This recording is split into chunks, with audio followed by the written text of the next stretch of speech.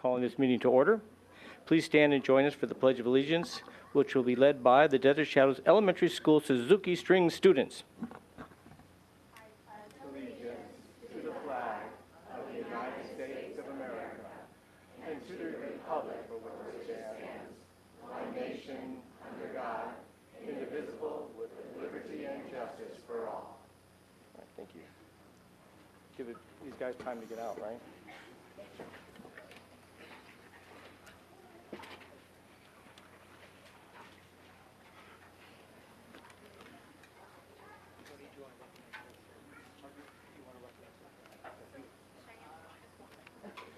As the fine musicians are leaving us, I'd like to recognize the parents. Any parents out there that'd like to take a bow with your students, because they did a great job and they couldn't do it without your help.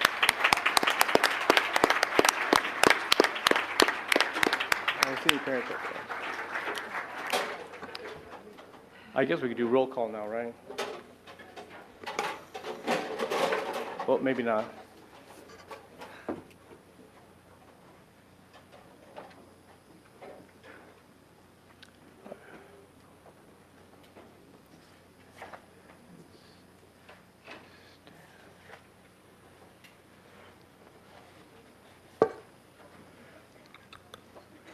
Okay, may I have roll call? Mrs. Greenberg? Here. Mrs. Christensen? Here. Dr. Lim? Here. President Pantera? Here. Ms. Wani? Is absent.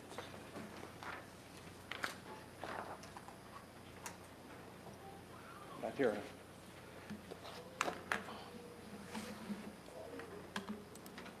Okay. Next on the agenda is approval of agenda. Dr. Corson? Thank you, President Pantera. Items approved by consent will not come up for discussion during the meeting, but will be approved when the agenda is adopted.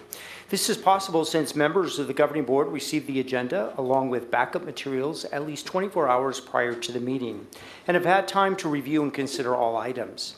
Prior to the agenda being adopted, members of the governing board may ask that an item be removed from the consent agenda and brought to the floor for discussion at the appropriate place on the agenda. Any member of the audience who submitted a blue public comment card prior to the start of the meeting will be recognized to speak on that agenda item under items for approval. I would like to offer the agenda as posted. Thank you, Dr. Corson. Prior to the start of the meeting, no blue public comment cards were received. So for that reason, no items are needing to be removed from the consent agenda. Does any member of the governing board wish to have an item removed from the consent agenda? Okay, seeing none. I'll turn the page.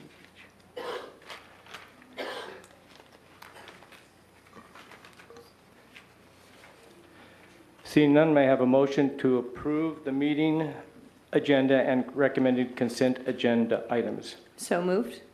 All those in favor say aye. Aye. All those opposed say nay. Any abstentions? Motion passes with 4 yeses, no abstentions and no nays. Next on the agenda is governing board statements. Would anyone like to go first? Mrs. Christensen? Can you come back to me, President Pantera, please? Mrs. Greenberg? Well, we have a big agenda and a lot of people, so I won't take a lot of time, but welcome everybody. I'm glad that you are here. One more week and we are off to graduation. We're all very excited about that. I do want to just point out a couple of events that I think we all were able to be at, or just about all. Same day last week, we had both our last meeting of Student Voice for the year.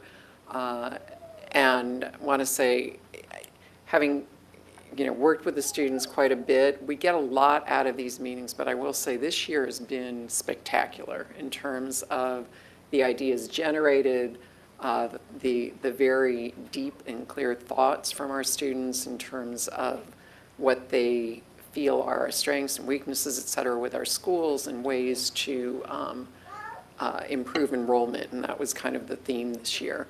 And we also all had the opportunity to support United Parent Council with the teacher and staff appreciation. I think that's going to be coming up later, but as always, an incredible event, and it's always an honor to be able to support our staff that way.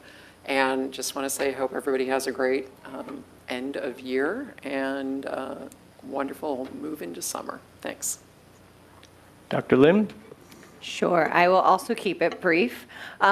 You know, we obviously have had some great things we have been at, but I just want to highlight, you know, graduation is just right around the corner. Like, literally, it's a week away.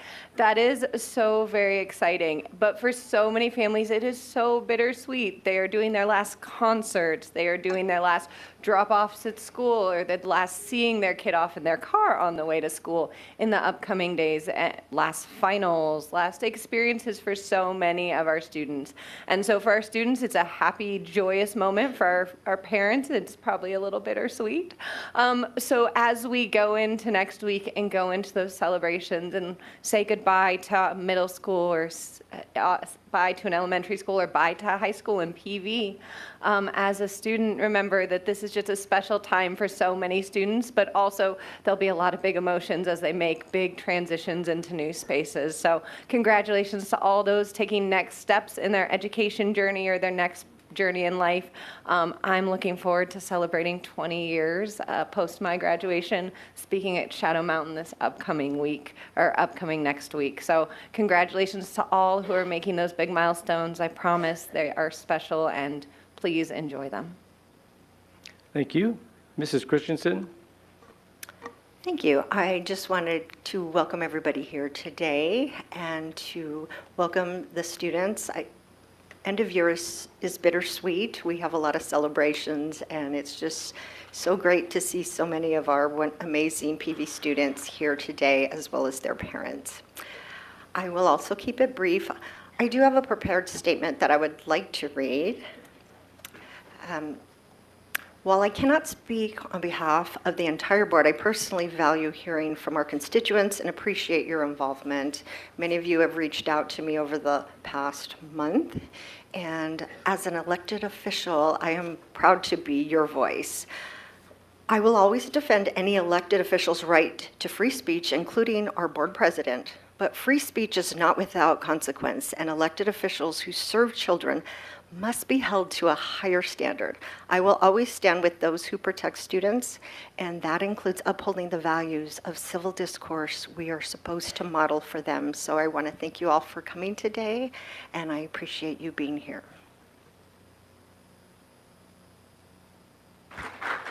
Thank you. Last week I was at this week, Paris Valley High School.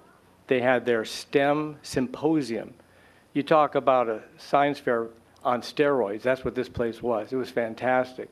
They had all kinds of projects and things they've been working on all semester. They had the thing on transferring mitochondrial DNA into cells to cure diseases. It's amazing stuff. They even had one where they talked about making synthetic meat, artificial meat, real beef, like a real hamburger, right? I said, I guess the first one cost $300,000 to make. You can get them now for $10, I think. I did ask, though, if it's no animals are killed to make these hamburgers, is it something a vegetarian could eat, right? Maybe you can answer, Ms. No, okay, I don't know. They what? It depends. That's what the student said. Very good. It was great. It reminded me when my children were in school here and they were doing science fair projects. My daughter, she did one on comparing duck eggs to chicken eggs. Fantastic stuff. My son, he had a model rocket, those Este rockets. Back then, Nickelodeon was a big deal, and the slime was everywhere on the TV and in the stores. So he decided to send some slime up in a rocket. I'm not sure what conclusions he came to, but it was a lot of fun. It was kind of messy. Which leads me to the visit I did to Desert Shadows Middle School. They had their big rocket launch there. It was like an all-day event. These students designed these rockets. These are not, they're propelled by water and compressed air. And some of these went really far, like the length of a football field. It was amazing stuff that they did. I hope you ever get a chance to see that. You go see their rocket launches. One of the most interesting things, though, is one student was there that not president, principal, can easily told me it was a student who watches all the board meetings. A student, a middle school student, watch all the board meetings, right? How long has that student been doing that? Since first grade. And the student told me, I was told that the student wanted to be a superintendent someday. Who does? Who wants to be superintendent in middle school, right? I was like, what the heck? I was tempted to ask, so who's your favorite board member, right? But I said, wait a minute. They want to be a superintendent. So they're probably going to say, well, they all have their strengths and weaknesses. It'd be impossible for me to pick a favorite one. So I didn't bother asking. It just goes to show these students not only did the work, okay, it was thorough, rigorous, a lot of rigor in this work, and but they enjoyed it. They couldn't wait to tell me about their projects. It was mind-numbing because there's so many projects to see. And the students want to be superintendents. They watch our board meetings. Oh, by the way, hi. If you're saying, look at the camera, everybody wave. It's just the inspiration that our teachers and parents give our students here. That's the paradise part of the Paradise Valley Unified School District. I'm so proud to be a member of it, still after all these years of teaching here. All right, that concludes my comments. Next on the agenda is awards and recognitions. All right, well, that student better hurry up. I'd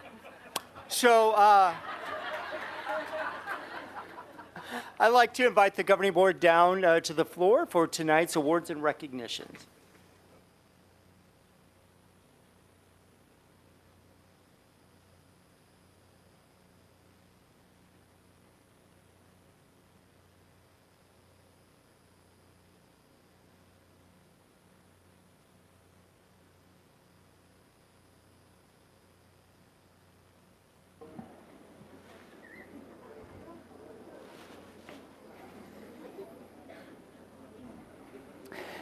Good evening, President Pantera, governing board members, Dr. Corson, members of cabinet, and attendees both in person and virtual. Tonight we have several recognitions to share with you. This evening we'll be inviting our honorees to the front of the room for recognition and photo. So when I say your name, please make your way to the front of the room.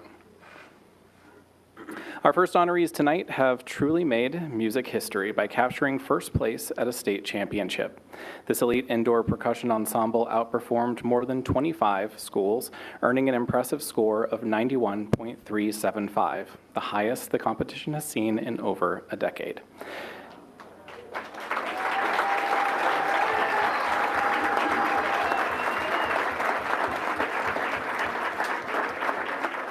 This monumental victory is a historic milestone marking the first time ever that both the marching band and indoor percussion have been crowned state champions in the same year. This extraordinary achievement reflects the hard work and dedication of these students and their instructors. Please, round of applause for from Horizon High School, the Horizon High School Indoor Percussion Ensemble.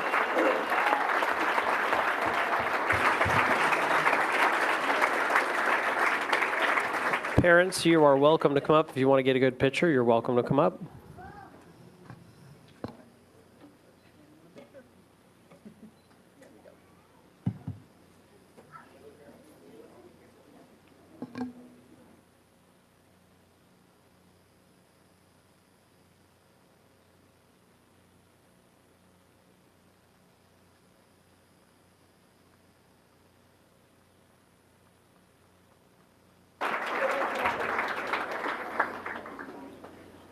Our next honorees have achieved national acclaim at the prestigious Forum Music Festival held at Fullerton College.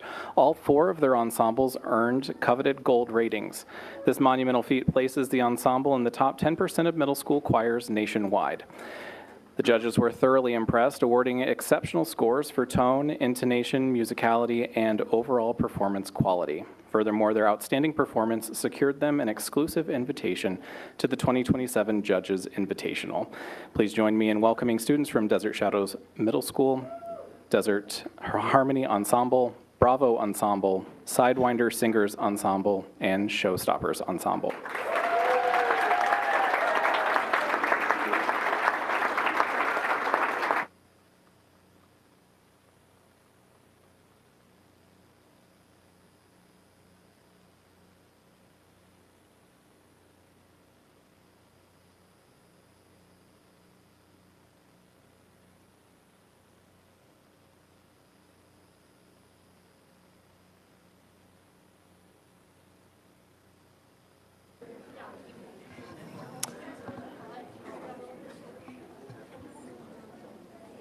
If you'd like a picture of your son or your daughter, you really are welcome to come all the way up.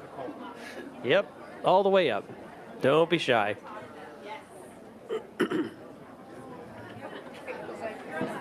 There we go. That's a committed group of parents.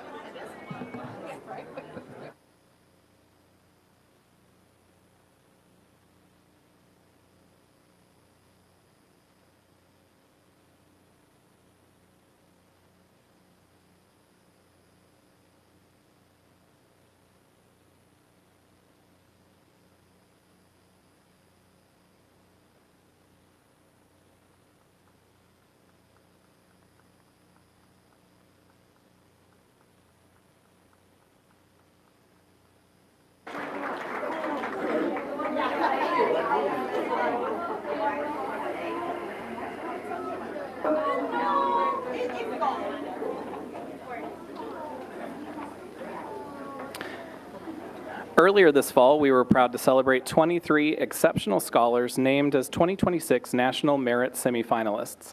Tonight, we reach an even more exciting milestone as we recognize the 22 distinguished students who have advanced to the prestigious final round, 2 of which were named National Merit Scholarship winners.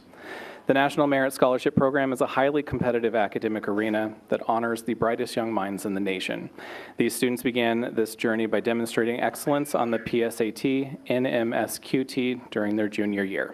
Please hold your applause until we've read all student names. From Shadow Mountain High School, Jack Moyer. From Shadow Mountain High School, Ryan Rohan. From Pinnacle High School, Grant Beck, Kylie Busby, Christian Kasabov, Esha Rostagi, Shivani Sathish Kumar, Adarsh Vikram.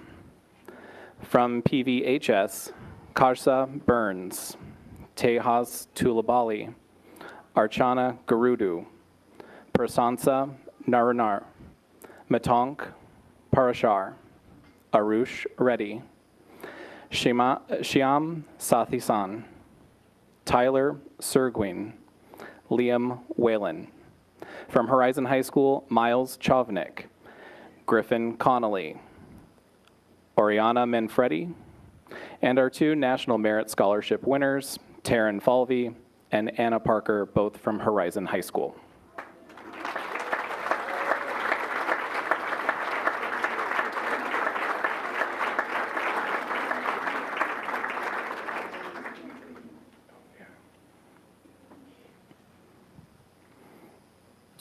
Our next group of honorees truly distinguished themselves on the international stage, bringing home prestigious first place awards for the 2026 HOSA International Leadership Conference.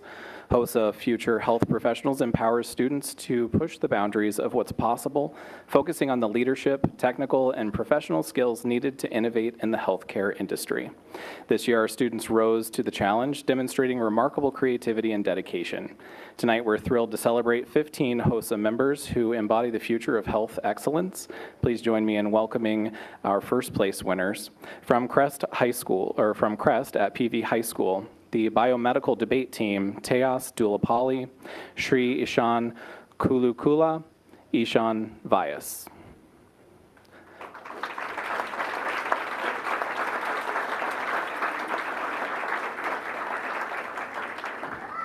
For extemporaneous writing health policy, Anaga Vipagunta.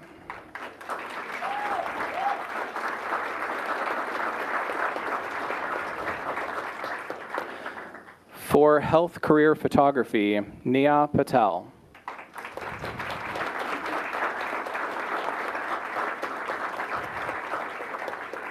For human growth and development, Rima Bala.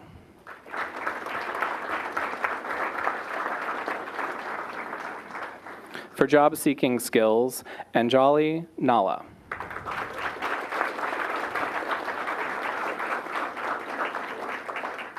For mental health promotion team, Kaylee Andre and Ashwini Narayanan.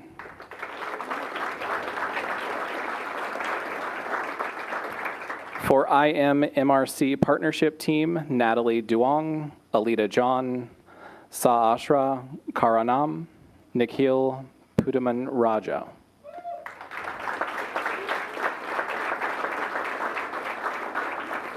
For medical math, Sarvi Masta.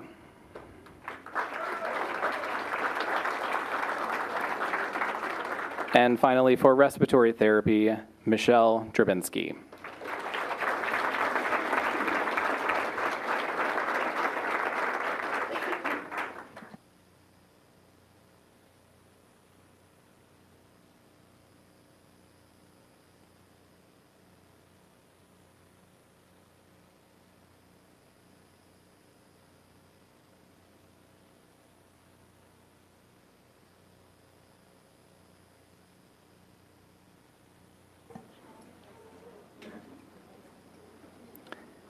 Next is the recipient of the Paradise Valley Education Association's Recognition of Professional Standards Award for Teachers.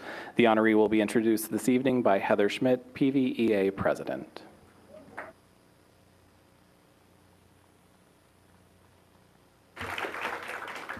Good evening, President Pantera, Dr. Corson, Governing Board and Cabinet. My name is Heather Schmidt, and I'm proud to be the president of the Paradise Valley Education Association, representing the certified employees of PV. Once a month, I get to stand here and recognize one of my colleagues, giving them their props, which stands for Professionals Recognizing Other Professionals' Success. This evening, I am honored to recognize Julie Reel, a school psychologist at Pinnacle Peak Preparatory, as the recipient of the May 2026 PVEA props. Ms. Reel was nominated by her colleagues Brandy Arnold, Shay Gilson, Aubrey Singer, Megan Vaughn, and Christine Wood. And here are some snippets of all that was shared with me about Ms. Reel. Julie is the glue that holds us together. The foundation for everything she does is centered on what is best for students, advocating for their needs with compassion and professionalism. Julie is everywhere solving problems and still has time to consult with each of us about our student goals. She's an incredible resource for everyone on staff when it comes to every single child that walks through our doors. Julie is supportive of educators, communicates well, and is always helpful. She approaches every interaction with warmth and kindness, building trust with students, families, and staff through her thoughtful communication. Julie is an anchor of support for teachers, offering practical strategies, calm problem solving, and always a listening ear. She is a safe space for students at our site as well as for her colleagues. She makes students feel comfortable and has helped countless young lives find peace and regulation. Julie is willing to help whenever possible. She is 100% reliable when things get tough, and she is always the person I can count on when I need support for my students. She takes the time to ensure the needs of all parties involved are met to the fullest potential. She willingly puts more on her plate and handles every obstacle with resilience, continually going above and beyond from the heart and taking positive remarks with humility. I'm pretty sure she's mad at me at this point now. Julie is most deserving of her props. Congratulations, Julie.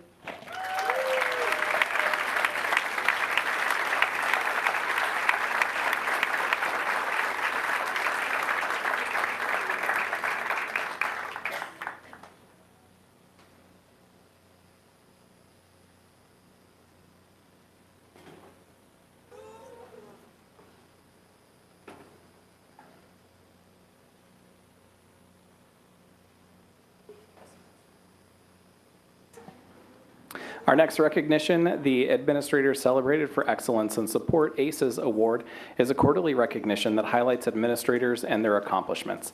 Presenting this evening's award is Shelley Strophus, President of the Paradise Valley Principals Association. Good evening, President Pantera. Almost said Greenberg, so I was looking at you. Dr. Corson, Governing Board members, Cabinet, and guests. My name is Shelley Strophus, and I am the President of PVP.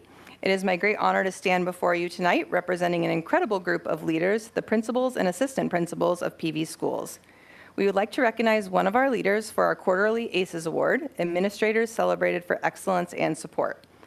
While many principals and assistant principals were nominated tonight, we would like to celebrate Mrs. Angela Morgan, principal of Palomino Primary School.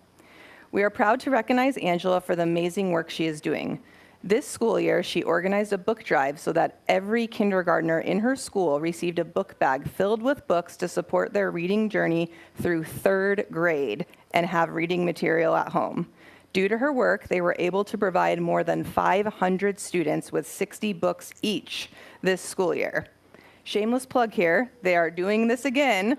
They hope to collect 6,000 books this year to create 150 book bags for their incoming kindergartners. So if you would like to donate, you can drop books off at Palomino's front office.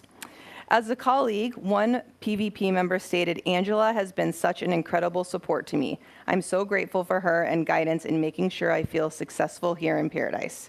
I am proud to call Angela my colleague. PV Schools is lucky to have Angela as a leader in our district.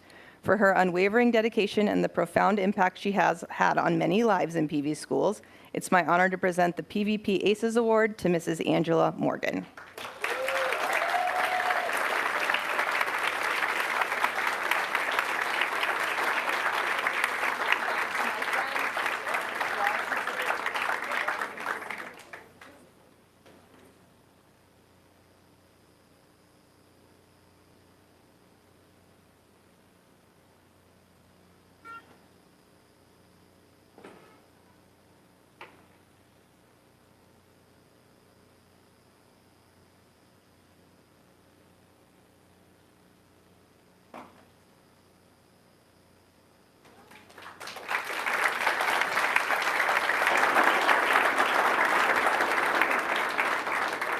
And our final recognition tonight is the Superintendent's Distinguished Service Award. It's only appropriate that I turn it over to Dr. Corson to make the presentation. Thank you, Mr. Droege. Well, each year, the Superintendent's Distinguished Service Award is reserved for an individual whose career reflects extraordinary dedication, service, leadership, and commitment to the students and staff of PV Schools. It is one of the highest honors we present as a district, and this year, Cabinet and I are proud to recognize an individual whose impact on Paradise Valley Unified School District spans generations. It is my privilege to present the 2026 Superintendent's Distinguished Service Award to Dr. Karen Hudson. Dr. Hudson, come on up.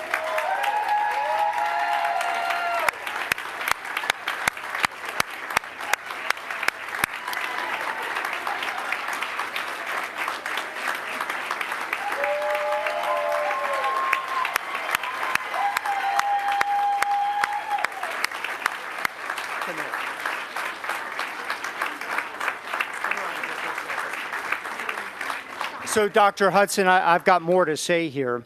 So, Dr. Hudson began her journey in PV Schools in 1975 at Desert Shadows Elementary, beginning what has become more than 50 years of remarkable service to our district and community.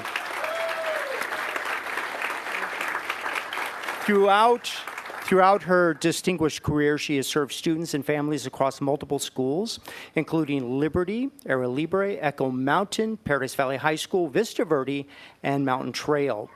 For decades, Dr. Hudson has devoted herself to supporting some of our most unique and exceptional learners, primarily serving in special education and gifted education. In recent years, her work with twice the exceptional students has reflected not only her expertise, but also her unwavering belief that every student deserves to be seen, challenged, supported, and celebrated for their strengths. Beyond the classroom, Dr. Hudson's leadership and advocacy have left a lasting mark on the profession itself. She is the longest-serving member of the Certified Bargaining Team, having continuously served since the 2012-2013 school year. In that role, yeah, that deserves it. In that role, she has been a thoughtful advocate for educators, a collaborative voice at the table, and a steady source of wisdom and perspective. She has also served as the PVEA historian under the district's 4 most recent association presidents, preserving the history, values, and institutional knowledge of an organization that has served educators for more than 52 years. Many describe Dr. Hudson as a wealth of knowledge, someone who not only remembers the history of PV Schools, but who helped shape it. What makes Dr. Hudson truly special is not simply the longevity of her service, although 50 years is extraordinary. It is the consistency of her commitment, the compassion she has shown students and colleagues, and the profound influence she has had on this district across 5 decades. Dr. Hudson, your legacy is woven into the fabric of PV Schools. On the behalf of the Governing Board, Cabinet, your colleagues, and the countless students and families whose lives you have touched, thank you for your extraordinary service. Congratulations on being named the recipient of the 2026 Superintendent's Distinguished Service Award.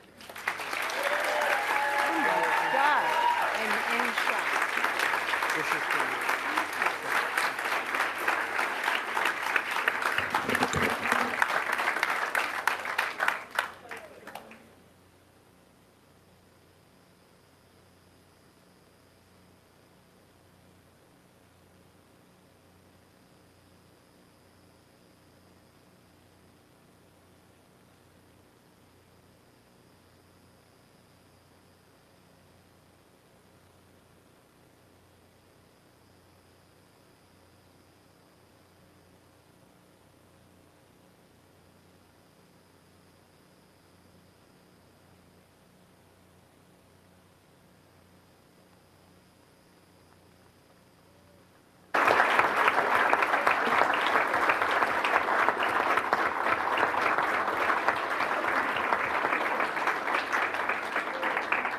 And that, President Pantera, concludes this evening's awards and recognitions.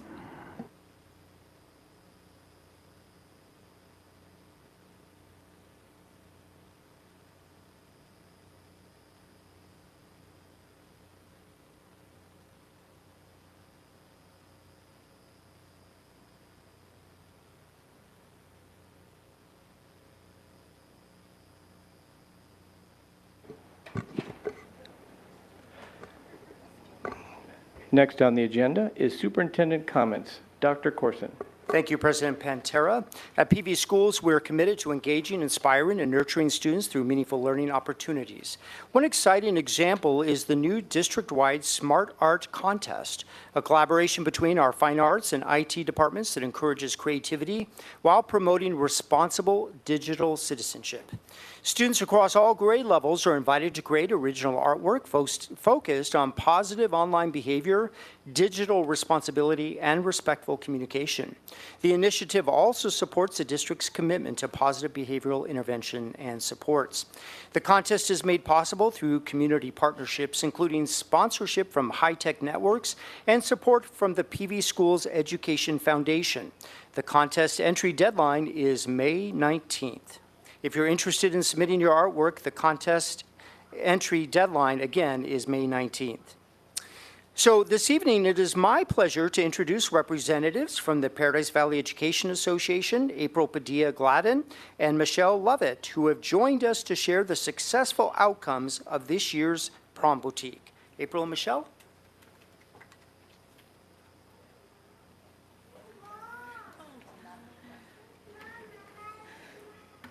I didn't know I'd have to be the IT person as well.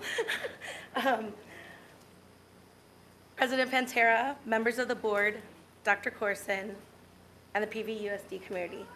My name is April Padilla-Gladden, and I am a PV alumni, proud parent of 2 PV high school students and 1 graduate. I'm also a kindergarten teacher at Desert Shadows Elementary School, and as a proud Paradise Valley Education Association member, I'm one of the Prom Boutique chairs.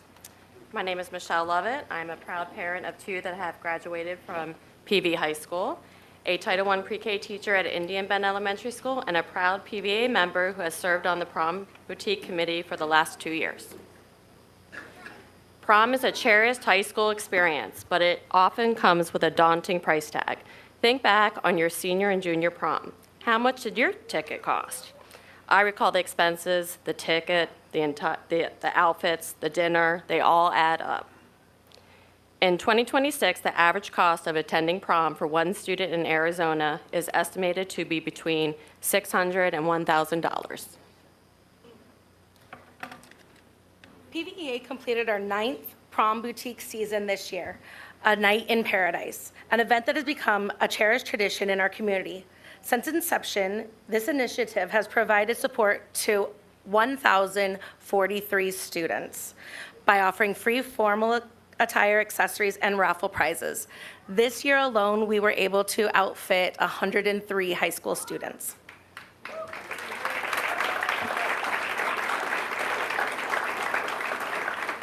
None of this would have been possible without the generosity of our PV community. We asked for donations, and our community delivered. Your donations of dresses, suit, accessories, makeup, perfume, cologne, and $575 worth of gift cards. We also received donations from our Amazon wish list to help accessorize those final looks or the dinner at local restaurants. Thank you to a local business, Naturally Inspired Images, for one lucky student's day of prom photo sessions. The dedication and selflessness of volunteers cannot go unnoticed as well. From the 53 staff members, certified, classified, principals, and directors who gave up their evenings and Saturdays, to the 8 volunteers from the Volunteers in Paradise program, to the student volunteers, each of you has played an indispensable role in helping this event take place. Thank you to our board members, President Pantera, Ms. Greenberg, and Dr. Lim for taking the time to tour the boutique with us.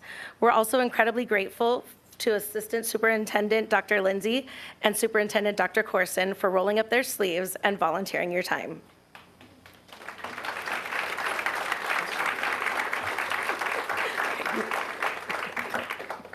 Click, click, go back. We'd also like to extend a heartfelt appreciation to retired employee Pam Lambert. She has attended each event and made alterations for 18 students. Additional thanks to Sarah Hackett and Marcom for coordinating the appearance with Tram Mai at 12 News to highlight the prom boutique. And of course, our deepest gratitude goes to the Sweetwater Community School and Principal Mark Danner for graciously providing us with the space to hold this event each year. Lastly, to our esteemed board members, superintendent, and cabinet, your continued support and presence at the boutique have been invaluable. In closing, let us remember tonight that as we celebrate another successful year of the PVEA Prom Boutique, we're not just providing attire, we're creating memories, fostering inclusivity, and making dreams a reality for our students. Thank you all for the unwavering support. Here's to many more years of making a difference together. Thank you.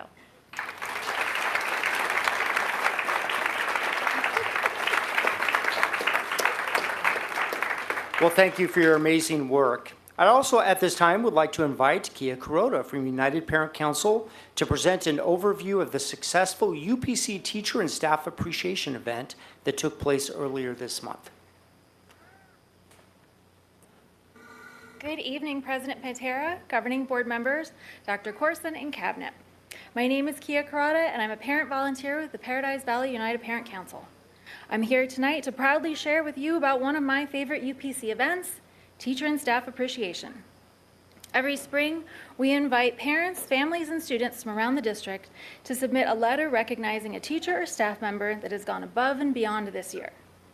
The letters that we receive are absolutely amazing and show the passion, commitment, and professionalism of the teachers and staff in PV schools. This year, we received a record-breaking 1,798 letters for 950 individuals. This is about 100 more educators than last year. Bus drivers, nurses, campus assistants, office staff, cafeteria staff, custodians, school counselors, and teachers were all recognized for their outstanding efforts. Thank you to the parents and students who took the time to write a letter recognizing an outstanding educator that made a difference this year. Each honoree received a copy of the letter that was submitted honoring them, an appreciation pin, and an invitation to the UPC Teacher and Staff Appreciation event. This year, our event was hosted by North Canyon High School. I want to thank Mr. Ontiveros and his staff for being such amazing hosts and for sharing our enthusiasm for this event. The entire North Canyon community was so supportive and helpful. Abby Lambertus, Lydia Campa, Maria Fernandez were all very helpful with the planning and setup of the event. Thank you to North Canyon's photography teacher, Mr. Kevin Dyer, and North Canyon student, Ramaya Jacobs, for taking photos for us at the event. Thank you to the North Canyon Culinary Program for providing delicious desserts for that evening. Also, thank you to Greyhawk Elementary PTO and Desert Trails PTO for providing drinks for the honorees. UPC would also like to thank the governing board, Dr. Corson, and cabinet for your support and attendance at the event. As always, UPC appreciates the collaboration and communication that we have with the district. The teachers and staff give so much to the students every day. UPC is honored to celebrate and recognize them.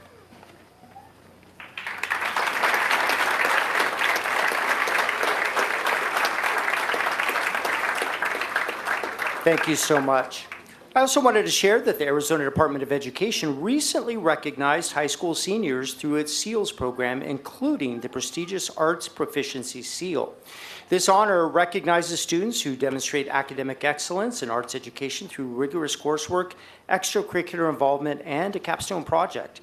To earn the seal, students must complete 4 qualifying arts credits with a minimum of 3.0 GPA and participate in at least 80 hours of arts-related extracurricular activities.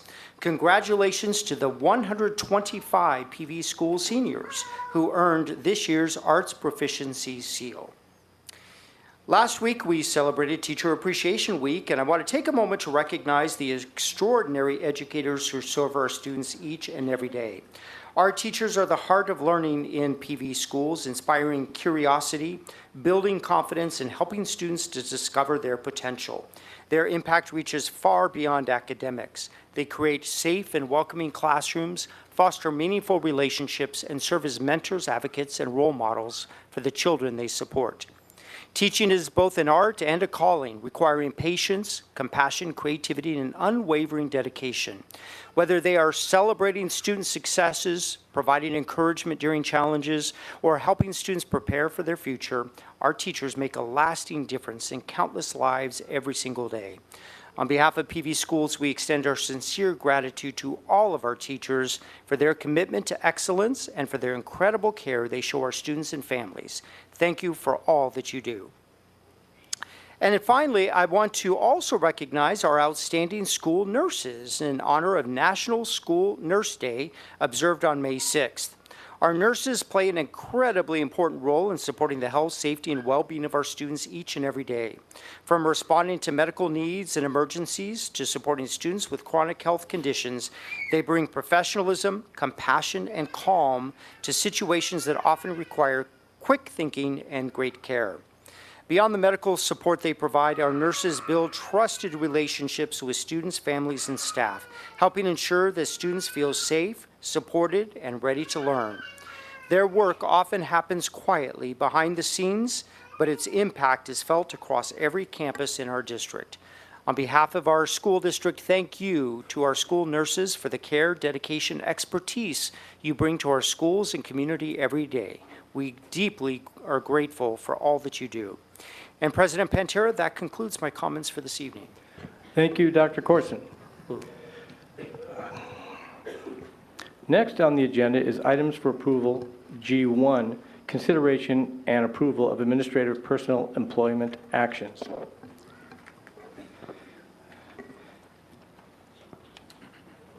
May I have a motion to approve Jenny Lovett for the position of Assistant Principal of Campobello Elementary School as, wait a minute, Dr. Holmes. Sorry. I'm just so excited. Again, I get excited by this part. It is an exciting evening. We actually have 9 candidates for elementary assistant principal that I'm very happy to introduce this evening. If approved, they will all receive salary and benefits in accordance with the PVP bargaining agreement. And first up, this is going to surprise you, Jenny Lovett. Jenny Lovett.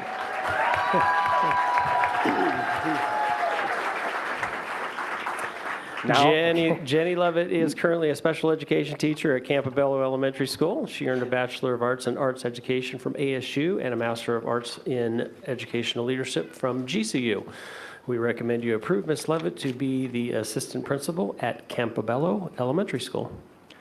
May I have a motion to approve Jenny Lovett for the position of assistant principal of Campobello Elementary School as presented? So moved. Any board members wishing to make a comment? Seeing none, may all those in favor say aye. Aye. Aye. All those opposed say nay.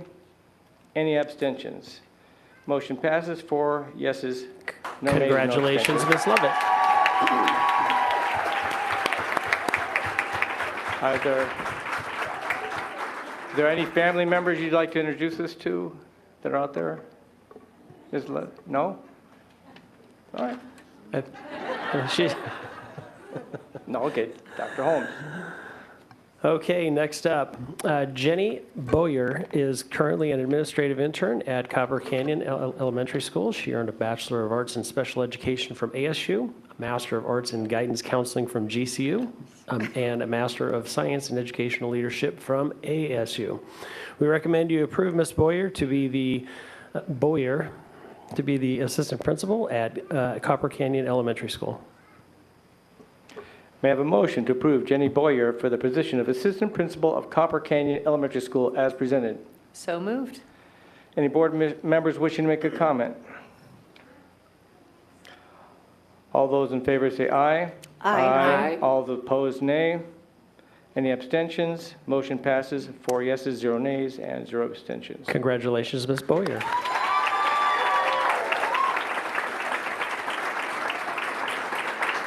Do you have any family or friends that you'd like to introduce us to? Good job. All right, thank you. Dr. Holmes. Jessica Sanborn is currently an administrative intern at North Ranch Elementary School and Whispering Wind Academy. She earned a Bachelor of Arts in Elementary Education from ASU and a Master of Arts in Educational Leadership from NAU. We recommend you approve Ms. Sanborn to be the assistant principal at Desert Cove Elementary School. May I have a motion to approve Jessica Sanborn for the position of Assistant Principal of Desert Cove Elementary School as presented? So moved. Any board members wishing to make a comment? We're going to miss you at Whispering Winds Academy. Good luck. Okay. All those in favor say aye. Aye. All those opposed say nay. Any abstentions? Motion passes. 4 yeses, 0 nays, and 0 Congratulations, Ms. Sanborn.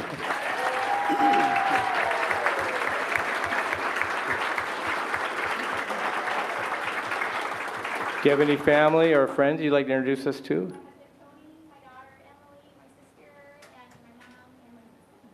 All right, way to go.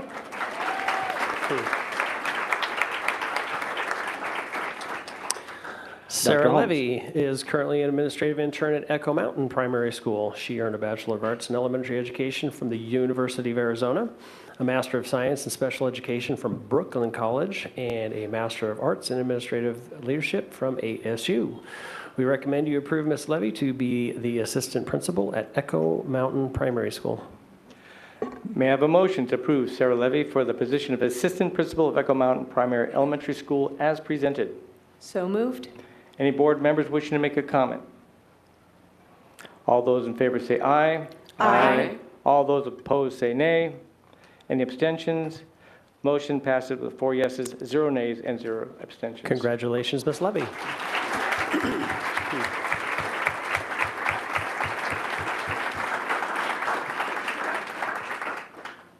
But do you have any family friends you want to introduce to us to? Hi, Mom. Happy Mother's Day. Late. Travis Schwann is currently an assistant principal at Choya Middle School in the Washington Elementary School District. He earned a Bachelor of Science in Justice Studies from ASU and a Master of Science in Educational Leadership from NAU. We recommend you approve Mr. Schwann to be the assistant principal at Eagle Ridge Elementary School. Go Ridge. Ooh, the Ridge. May I have a motion to approve Travis Schwann for the position of Assistant Principal of Eagle Ridge Elementary School as presented? So moved. Any board members wishing to make a comment? I think I already did. All those in favor say aye. Aye. Aye. All those opposed say nay. Any abstentions? Motion passes. 4 yeses, 0 nays, and 0 abstentions. Congratulations, Mr. Schwann. Do you have anyone you'd like to introduce us to at this time? No? Okay, thank you. Heidi Winden is currently a gifted specialist at Sandpiper Elementary School. She earned a Bachelor of Arts in Elementary Education from Gustavus Adolphus College and a Master of Education in Educational Leadership from the American College of Education. We recommend you approve Ms. Winden to be the assistant principal at Palomino Primary School. I'm sorry, did you say Heidi Winden? Heidi Winden. Okay, my papers are out of order. May I have a motion to approve Heidi Winden for the position of Assistant Principal of Palomino Primary Elementary School as presented? So moved. Any board members wishing to make a comment? Just yay. Yeah. All those in favor say aye. Aye. All those opposed say nay. Any abstentions? Motion passes with 4 yeses, 0 nays, and 0 abstentions. Congratulations, Ms. Wyndham. Pom-poms, right on.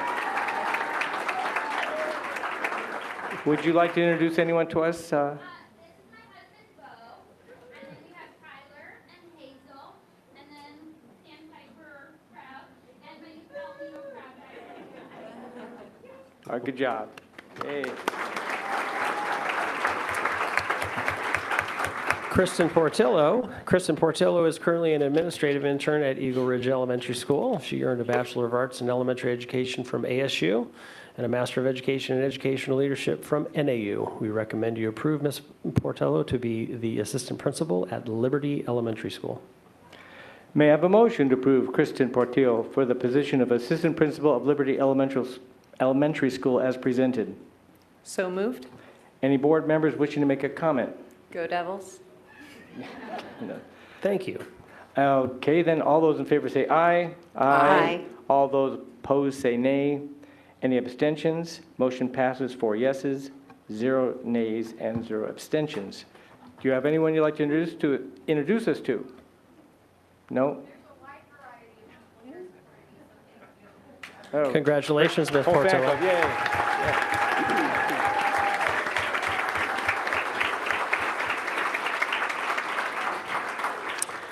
Kylie Covert is currently an administrative intern at Sky Crossing Elementary School. She earned a Bachelor of Science in Elementary Education from BYU, a Master of Education in Educational Technology, and a second Master of Education in Educational Leadership from the American College of Education. We recommend you approve Ms. Covert to be the Assistant Principal at Sky Crossing Elementary School. May I have a motion to approve Kylie Covert for the position of Assistant Principal at Sky Crossing Elementary School as presented? So moved. Any board members wishing to make a comment? All those in favor say aye. Aye. All those opposed, aye. All those opposed say nay. Any abstentions? Motion passes with 4 yeses, 0 nays, and 0 abstentions. Good job, yay. Congratulations, Ms. Covert.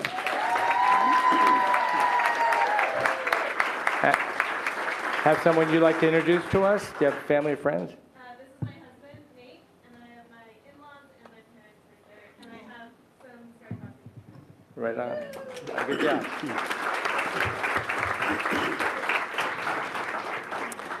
Erin Kosick is currently an administrative intern at Wildfire Elementary School.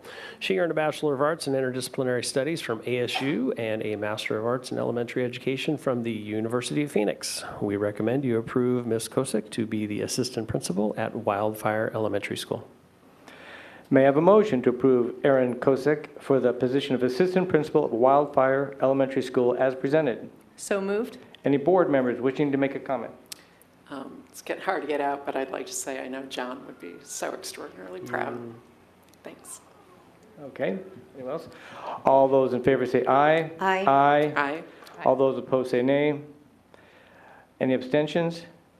Motion passed with 4 yeses, 0 nays, and 0 abstentions. Congratulations, Ms. Kosick. Congratulations. Is there anyone you'd like to introduce us to? Hi. Way to support. Well, that concludes our administrative appointments for assistant principals this evening. But wait, there's more. Andrea Martin is currently the assistant principal at Anasazi Elementary School, an IB school in the Scottsdale Unified School District. She earned a Bachelor of Science in Elementary Education from ASU and a Master of Science in Educational Leadership from NAU. If approved, she will receive salary and benefits in accordance with the PVP bargaining agreement, and we recommend you approve Ms. Martin to be the next principal at Quail Run Elementary School. Thank you. May I have a motion to approve Andrea Martin for the position of Principal of Quail Run Elementary School as presented? So moved. Any board members wishing to make a comment? Go Devils and welcome to PV. All those in favor say aye. Aye. All those opposed say nay. Any abstentions? Motion passes 4 yeses, 0 nays, and 0 abstentions. Congratulations, Ms. Martin.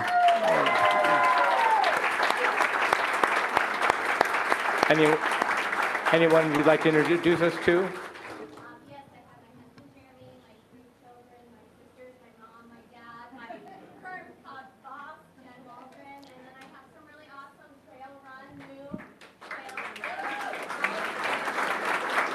Well, now, welcome.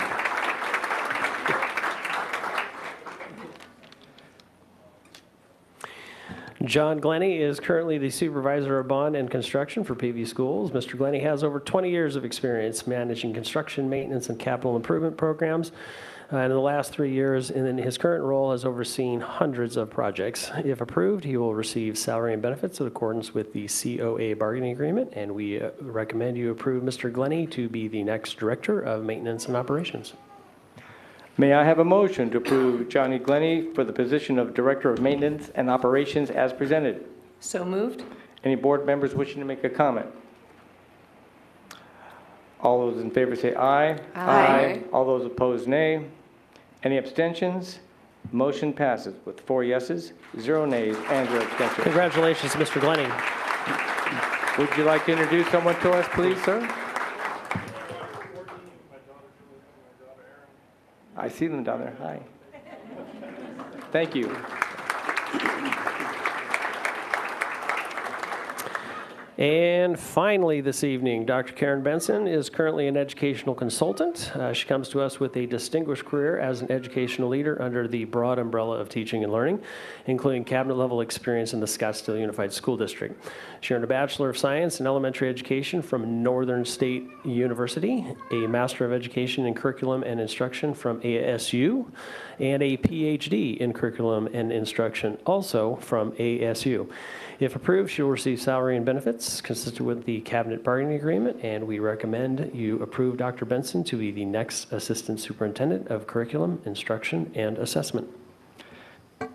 May I have a motion to approve Dr. Karen Benson for the position of Assistant Superintendent of Curriculum, Instruction, and Assessment as presented?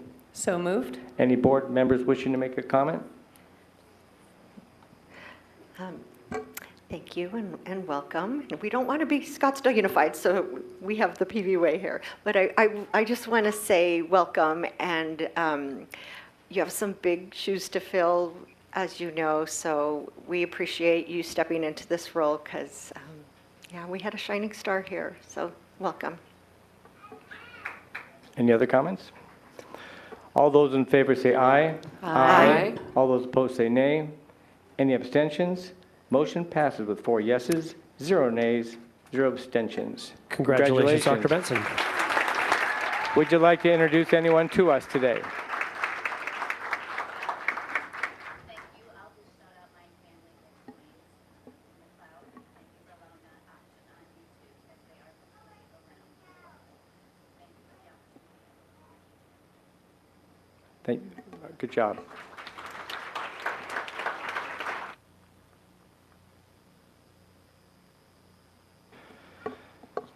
All right, next on the agenda is items for approval. We've got 2 things together, sort of, here. Consider, oh, just wait a second. Go ahead.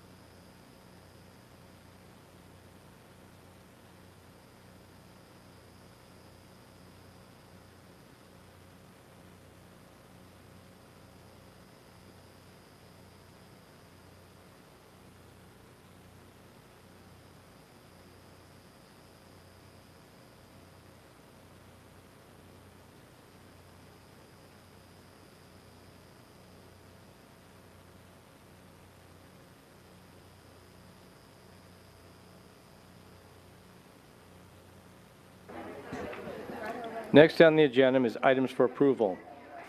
G2, consider, discuss, amend if desired, and if deemed advisable, adopt resolution number 598, ordering and calling a special maintenance and operations budget override election to be held in and for the district and declaring the deadline for submitting arguments for and against the election to the Maricopa County School Superintendent as August 7th, 2026 at 5 p.m.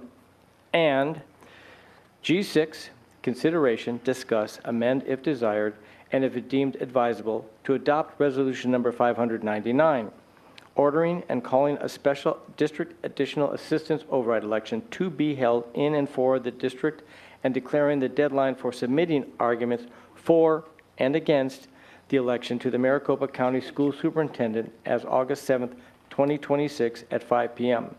I'll turn this over to Mrs. Berrigan. Thank you, President Pantera, Dr. Corson, Governing Board. I think somebody told the people to leave before I started talking. So we will share with you this evening information on the 2026 Maintenance and Operation, or M&O, as well as the District Additional Assistance overrides that we are considering going out for this November. Some of this information will look familiar, and I will also be including a committee update, and then we have polling results as promised.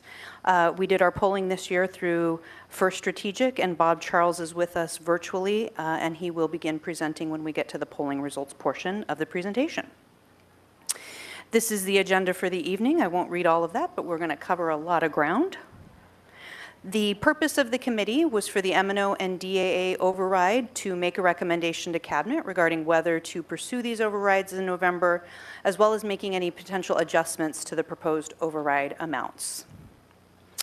And you will see here the list of committee members from our various stakeholder groups. And for our final meeting, we did add in a community member, Ms. Susan Matura, so you see her added onto this slide, which was different from the last presentation you saw in February for the work study session that we did. As a reminder, we have a bond and overrides in this district currently. We're not talking about a bond for this election, but often people ask when we're going out for other elections what measures we have in place. So we do have our bond that was $340 million approved by our voters in November of 2023, and that has a potential of being on a November 2027 or November 2028 ballot. Additionally, we currently have the DAA override, which is $6,410,000 annually. That's a little bit different than the M&O override in that we list a specific dollar amount as required versus just the percentage. That was last passed in November of 2019, and in order for us not to see a decrease in that dollar amount or that going away, actually, we have the last ballot we could put that on would be this November 2026 ballot, or we would lose funding for any period of time we did not put that on the ballot. For the M&O override, we currently have the 15%, and that's 15% of the RCL, the revenue control limit. As a reminder, that's essentially the number of students we have times the amount per pupil that we receive per student for our M&O budget. That was last passed in November of 2022, and that would need to go on a ballot no later than November of 2027. The M&O override has that 7-year total, but it is in a phase down in years 6 and 7 by a third each year. So in order to continue uninterrupted, it would have to go on the ballot no later than November of 2027. In our voter information pamphlets, which are those thick pamphlets that I'm sure everybody reads when they come to their house in the October timeframe, and it includes information on our overrides and what we use those for. It includes other pieces of information such as tax information. It includes pro and con statements and other pieces. For our M&O override, we listed these 4 reasons as a reminder of the purpose for the M&O override. That's been consistent for a number of overrides now. And then for our DAA override in 2019, we have that listed for instructional materials, and we specify a dollar amount for an annual amount of $5,960,000 for that, and $450,000 for our support vehicles. We do our yellow buses out of bond. You cannot do support vehicles or white fleet vehicles out of bond, so we do that out of the DAA override. As a reminder of just what support vehicles are, that includes our school activity vehicles, maintenance vehicles, warehouse, and technology vehicles. And then you've seen this before too, but this is a reminder of what our upcoming curricular adoptions are going to be through 32-33. So those are the two pieces that the DAA override would be used for. In working with the committee that met in January and February of this year, they ultimately came up with 3 potential options for consideration, and the final option that we had full consensus on was option 1, and that is the maintaining of the M&O override at the 15% of the RCL. That's the maximum we can do, and then maintaining the DAA override tax rate while allowing the district to increase the dollar amount without increasing the tax rate, and that'll look a little bit more clear on the tax rate slide that I'll show you here in a few moments. Just as a reminder, boards like to know what else might be on the ballot when they're considering measures to put on the ballot for a bond or an override. We do have our CD1 primary and general election this year from a federal perspective, and then we have our statewide offices that are up this year, including a new one with Lieutenant Governor. And we do have our Arizona legislature and state Senate seats as well. We also have some statewide ballot propositions. I shared this previously in February. These still will likely be on the ballot, and it is possible still that there could be initiatives done through citizens referendum that may be placed on the ballot as well. We do have some likely city council seats for Phoenix and Scottsdale, though that hasn't been finalized yet, as well as our board elections, for example, and we have 2 PVUSD governing board seats up for election this year. In addition, for some other local jurisdictions, there might be some city ordinances on the ballot. We don't know that yet either, as well as county funding for hospitals or public facilities. Just as a timing reminder, the primary election was moved up this year. It will be July 21st. That's when party nominees are chosen. You can go to the Arizona Secretary of State website for more information. And June 24th is when the early ballots for the primary elections will start to be mailed out. General election this year is on Tuesday, November 3rd.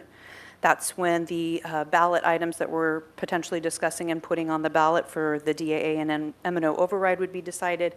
And October 7th is when early ballots start to be mailed out for that.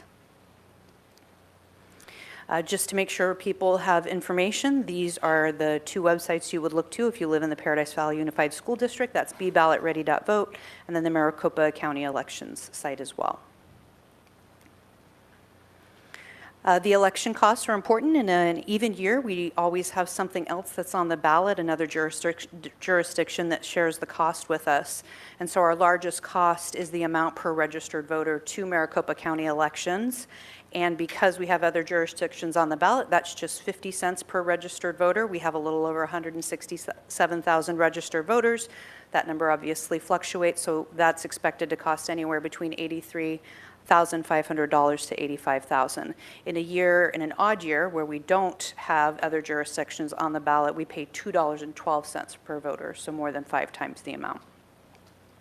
We also have to have our election pamphlet printing, that voter information pamphlet that I discussed. That would be approximately $40,000 to $45,000. The U.S. Postmaster fee is we're required to mail that to each household. Our translation services to make sure that that's translated into Spanish, and then our fees to the county for $500 per ballot question, so $500 for the M&O override, $500 for the DAA override, and then we're required to do a posting in the Arizona Republic, which should be approximately $1,000. So the total approximate cost for that is $160,500 to $169,000, and those costs are always paid for out of M&O. Just as a reminder of our prior year passage rates, you have the column that lists the year or the date of the election type. You have B, C, or M, B being bond, C being what's capital or what's we're talking about is DAA, and then M being M&O. We also have the percentage of voters who voted yes for that in those years. You see that during the years of the recession, we started to get lower passage rates. Those are starting to come back up a little bit. It sort of depends on the type of election that it is. We only failed one election, and that was in November of 2008. That was when the M&O overrides had to be split on the ballot. There was a 10% override and a 5% override. I believe it was the very next year that the legislature changed that, and you could combine them into 2 and do a total of a 15% override as we have now. That tended to confuse voters, which is why they changed that. They didn't know what they were voting for necessarily on that second question. So as a reminder, option 1, we received consensus on. That's to maintain the M&O override at 15% of the revenue control limit and maintain the DAA override at that tax rate, allowing the district to increase the dollar amount. And the increase to that dollar amount to maintain the tax rate would be $6,730,000, so a little bit more than the $6,410,000 that we have now. With that tax rate impact, on the left-hand side of the screen, you see the current tax rate in the year that we're in, fiscal year 25-26, and then the estimated tax rate for 26-27. You see the assessed value for this current year in that next row, which is a little over $4.8 billion.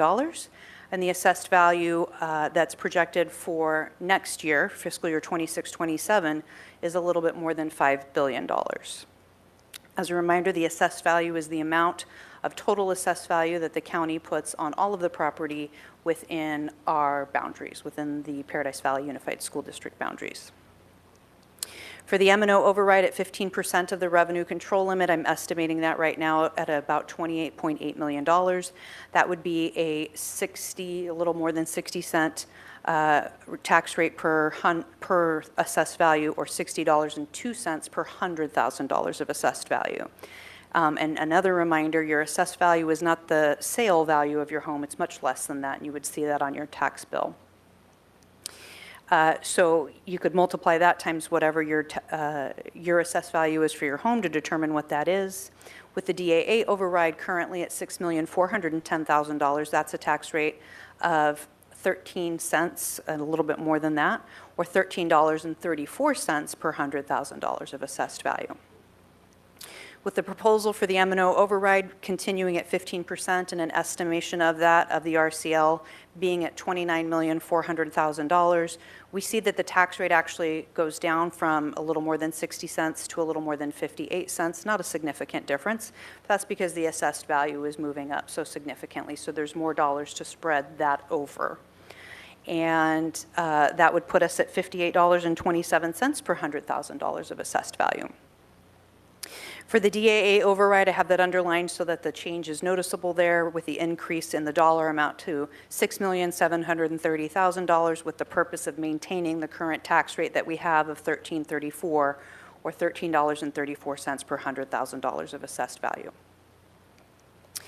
Moving on to the future tax rate impact, that left-hand side for fiscal year 26-27 looks the same as the right-hand side from the last slide, and just showing what the effect would be for fiscal year 27-28. On the M&O override, because the assessed value again is increasing to almost $5.3 billion, we see that a 15% RCL would be approximately $30 million. It's hard to predict exactly because I don't know what the per pupil amount's going to be or what our ADM is going to be, but a rough estimate, and I tend to estimate high to make sure I'm not underestimating the tax rate.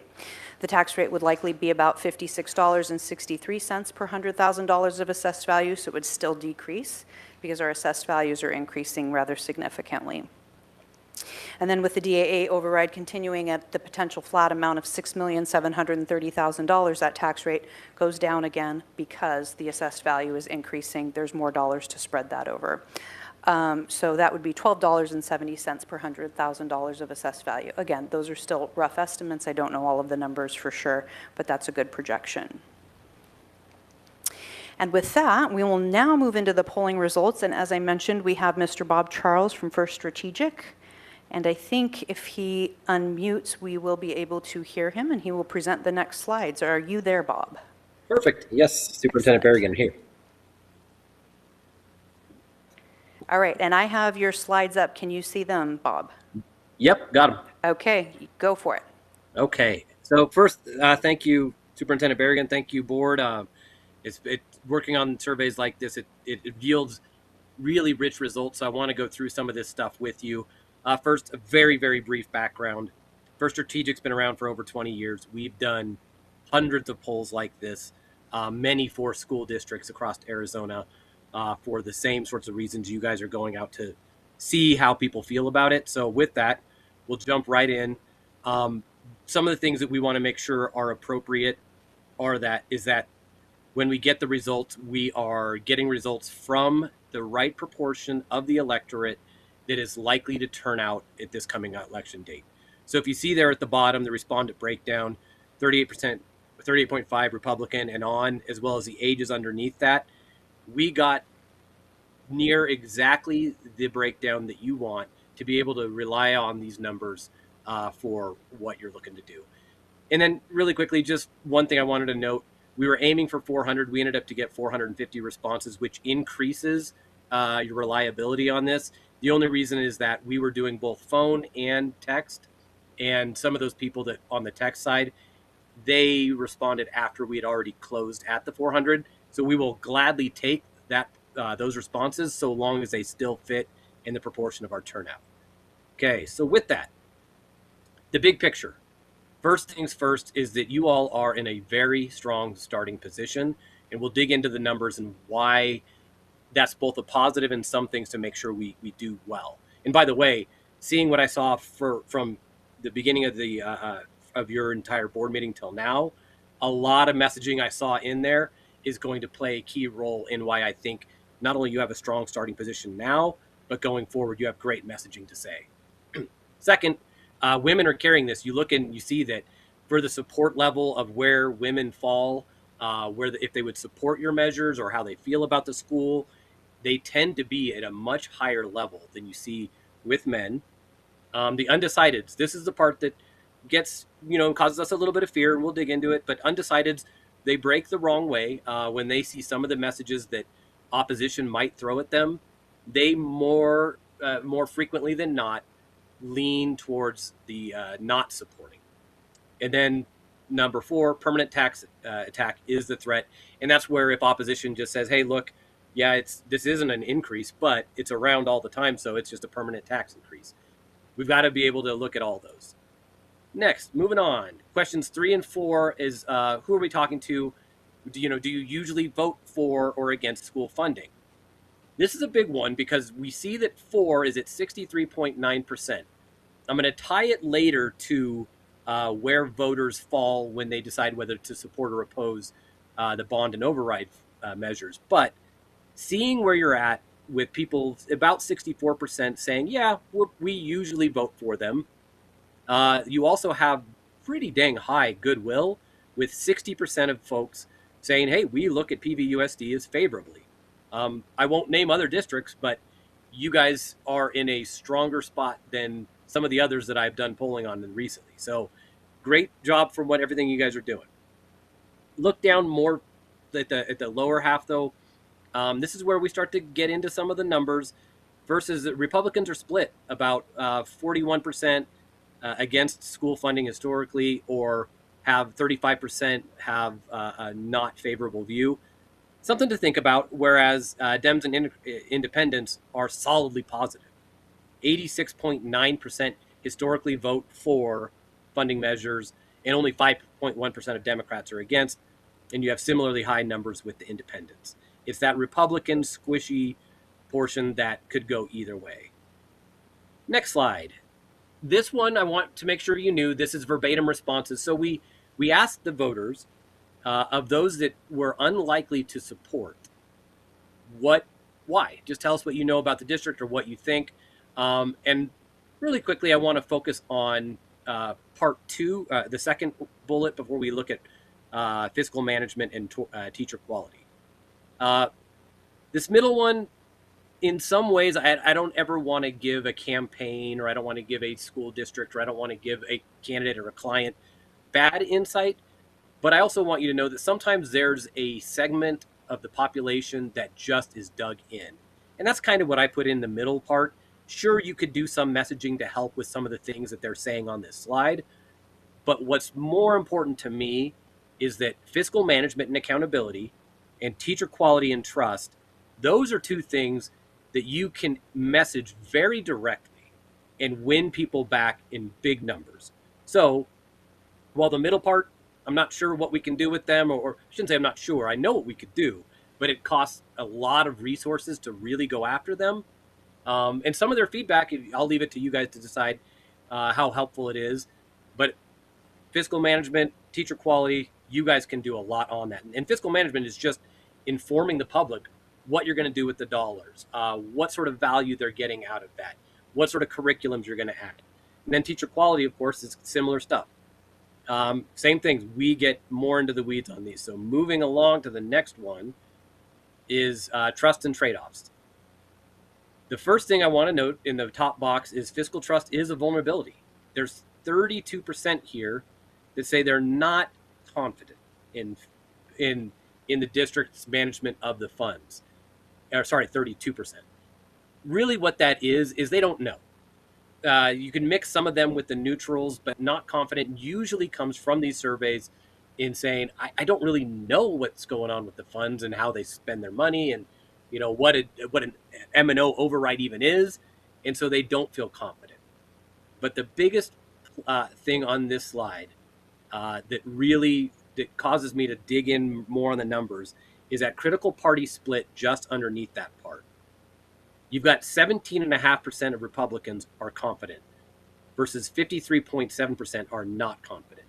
That is a massive, massive split. It tells me that portion of your district might need some education to help them really feel like they know what's going on with the funds. And then on the other side, this one's not really a shock, but programs beat taxes. There aren't a lot of people that are choosing whether or not to support school districts based on their taxes and their tax implications. So only 14% versus if you took both programs and the answer for both, you're well above 70%. You're almost 80%. So again, just lead with program preservation and pair it with credible accountability. You can do that. I saw that earlier today. Next slide, and this is where we start to get into the gender gap a little bit. This is where you see that women vote for both at 13.3 points higher than men, and women are 2 times less likely to vote neither. And that was the question where it said, would you vote for this override or that override? Women were 2 times, you could do it the reverse, more likely to vote for both. So you've got a strong position there with women, and it starts to get more important as we combine that with the green text on the side, the nugget, the soft middle. And that's where you go, okay, wait a second. If we have limited resources in which we want to get the word out, you might focus on combining women between these age ranges and that sort of thing. It could get you a lot. You can carry the message further than if you just try to hammer it across the district. And then for the where are we at? For the full Q7 breakdown, this is the part that I think ties most importantly to the earlier question where you had roughly 63% that would support measures in the past. Anytime I do a campaign and I ask the question that is, would you vote for this or not? We at First Strategic always want to see that number above 63%. You guys are right on the cusp. And so it's not a bad thing, but it says to me, it's because, look, I've been on part of campaigns where that number's been underwater. It's been in the 40s, and you have to work extra hard to really move it up. You guys are in a great spot, but it's a spot that's not a slam dunk. Everybody's for us. We're gonna walk away with this, and we're gonna win no matter what. So it gives you a little bit of context to say, hey, we're doing good, we're doing great, everything's going really well. But what are the voters telling me later here in this survey that we can move that number from 62.4 up to closer to 70? Because usually right around the 70 is when we start to feel like, okay, we've got to mess this up to not be able to win this campaign. But you guys are right there. You're in a great starting spot. So now when we look into these numbers, we are what voters want funded. This should be really encouraging to you. And I want to make one quick point before we go into the numbers. There's a few questions on here, or a few of the questions we asked, where we want to make sure we randomize the answers so that there isn't a bias built in when somebody's responding and that they read the first one and they go, oh, I like that, click. When people were asked this question, we would always randomize it. So some people would get improved facilities first, some people would get retention first. this shows us a couple things that you guys should feel great about. The stuff you talked about earlier, when you're giving your awards, when you were looking deeper into some schools, that was a lot of student academic progress and teacher retention messaging. Those are the two messages that voters want funded the most, that they care about the most, and you guys are doing that in a great fashion. So you've got a lot of stuff that you can send out to voters that'll increase the credibility and why they feel good about you guys. Really quickly, just a tiny one on safety and security. That one bounces around, but really what we see with that is that parents, they expect that. They expect that their kids are safe and secure when they're at your schools. It's their as a parent of kids at school, it is my number one most important thing. But when I'm considering giving the school funding, it usually comes back to academic progress, teacher retention. Okay, next slide. So what moves voters? Again, override retains and attracts teachers. Boom. You've got 52.6% gap between the people that support it and the people that are not moved by it. And if you look down the line, I mean, that's the strongest, of course. But it's not until you get down to, obviously, the opposition sort of messages, which talk about, hey, we want to see more accountability, or the district should operate within its existing budget, or this we're asked too many times. You really have positive support on most of your issues, no matter what. And part of the reason that this, I credit Superintendent Berrigan, and then that's where we got to this level. We asked this question in a way that I don't know that any surveys ever asked it. We wanted to know where people said, hey, this makes me more supportive, or this makes me less supportive. But we added in something that said, this does nothing for me, I would still support, or this does nothing for me, I would still oppose. Getting that data gives us such a rich data point. Here are a couple slides in front of this, but on this slide, it helps show us which messages move the most. And it is so encouraging to see that attracting teachers and competitive salaries, CTEs, electives, current programs, that those were the biggest movers. That it tells you that you guys have a ton of messaging to help with. So this next one, this is where we start to see some of the things that should cause us to go, okay, what do we need to do better? You've got your unmovable base, the 42 to 51% that said, hey, I'm going to support you across every attack message. We don't care. It's a fantastic place to be.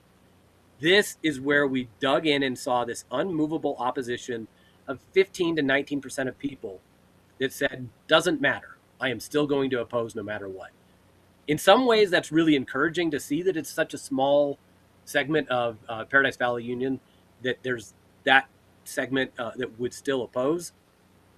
But when you combine the unmovable base with the persuadable middle, 30 to 40%, that is where I go, okay, there's a campaign to be had here, because this 30 to 40% of persuadable middle, if you only get 42% of the unmovables with you, you can't get it across the finish line.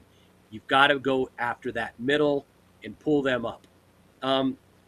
So I won't dig into this next part because it kind of reiterates what we saw on the previous slide, but it shows you where the locked opposition is and the locked support. But what it comes down to is this small text at the bottom. There's those 30 to 40%. That's where you've got to be aiming. So next one, here we are. Teacher salaries, arts, CTE, and maintaining programs. Again, you see women across the board. They care about this.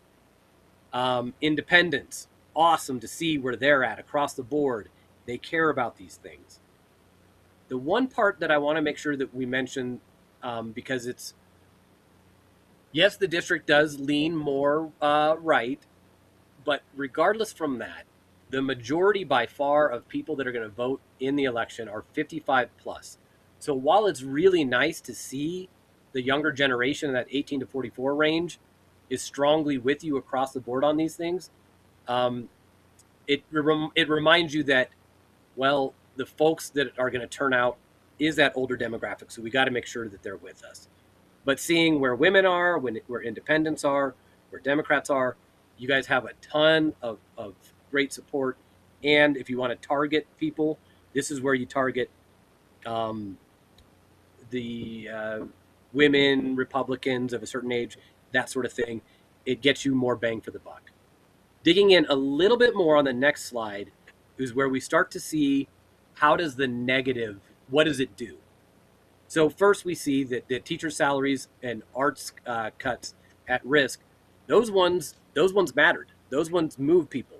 You had 54.1% of people that were newly converted to supporting you when they knew that if this doesn't pass, it may impact teacher salaries. You had 55.1% convert when they said they learned that arts, CTEs, those sorts of programs are at risk. And again, strongest with women. That point was, again, strongest with women. The one that is the negative that should cause you a little concern is that if opposition starts to message that, hey, these are just permanent taxes that are never going away. They're going to keep coming back every couple of years. This one is, it only had 14% newly convert, and it took the opposition and it hardened them. So that message, it really could do some damage if they attack a certain demographic. Next one is, next slide, where the opposition's attacks land. This isn't really surprising, but what is most important to call out, we already knew that the men likely would more so go towards permanent tax, asked too often, or that we need to see more accountability from the district. The part that should cause, men and Republican, kind of tie those together. But the age gap, that's where I start to say, okay, we've got to look at this 75 plus. As much as you wouldn't think that that might be a big part of the district, it is. And so you got to make sure that you're looking across all the people that would vote. We're closing now here to the final slide where we look at the first time we asked people, would you support this versus the last time. So these people were asked what they would support. Then they heard a bunch of positives and negatives. And now we're coming to the final cue of will you support? And here's what we see. For those that said that they would still vote for both, it went up very slightly. For those that said they would vote for neither, it went up almost the most. At 1.8 points, the opposition grew. So that means that the negative messages were a little bit stronger than the positives in terms of moving undecideds.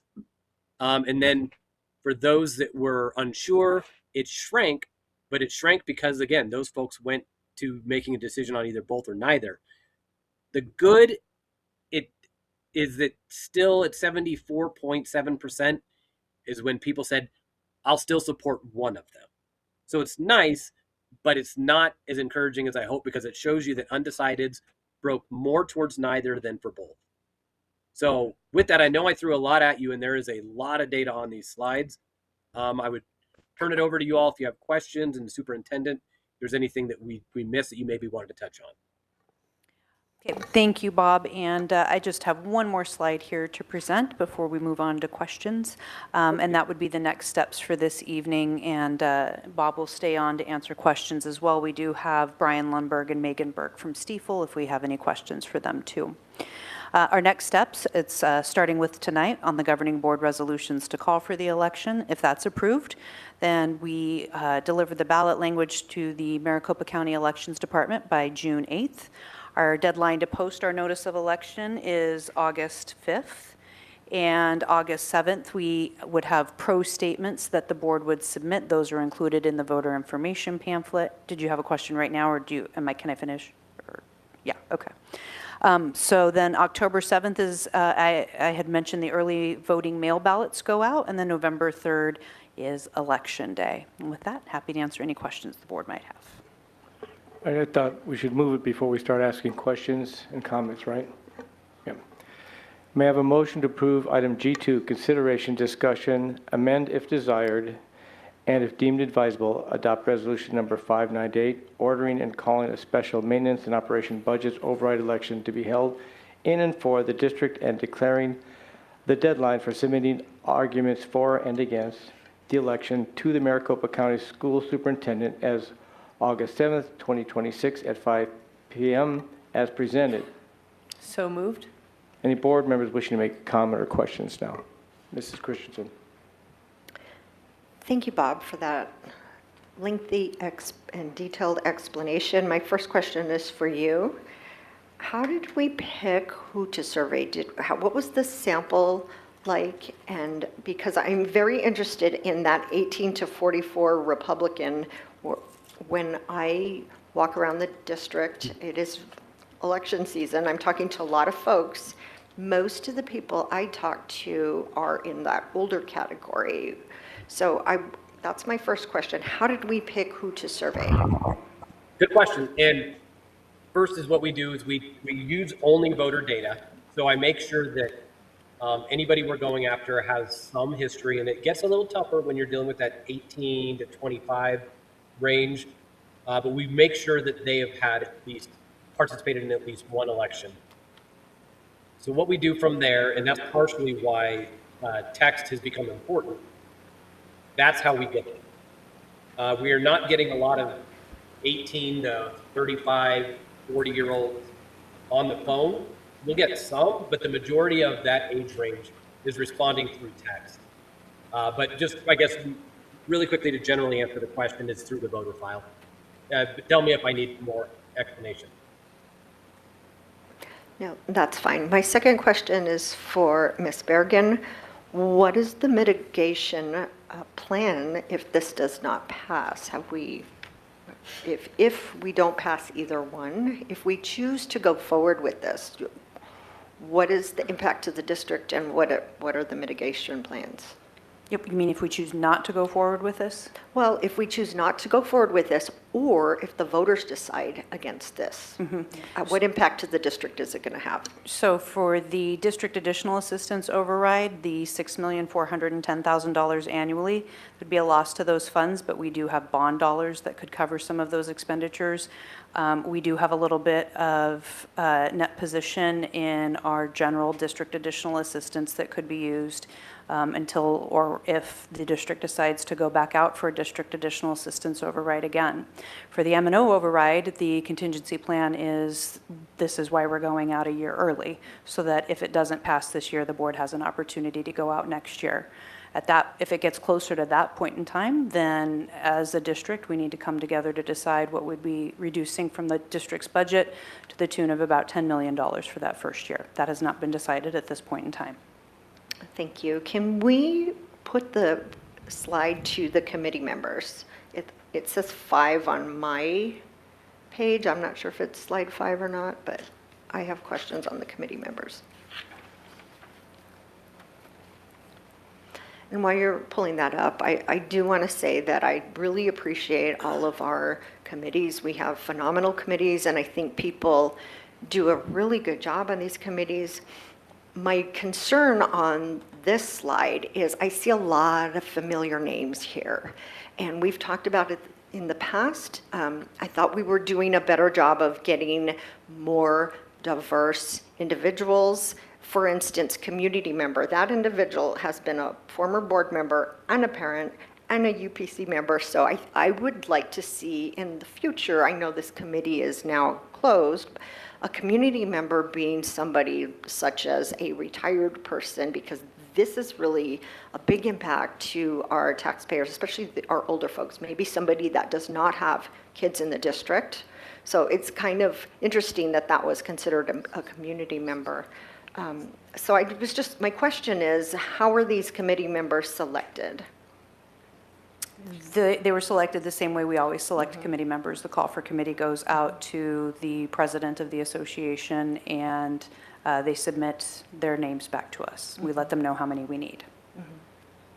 And while this is not a topic for discussion, I would really like us to, in the future, have these either be board committees or have the board at least be able to appoint some people, because again, I think that these individuals do a great job, but again, they're on several committees. For instance, when I talk to teachers that are not PVEA or members that are not PSEA, they get a little bit frustrated because it seems like they're never appointed or selected for these committees. And so just a comment, I would really like to see some more diverse voices on these committees.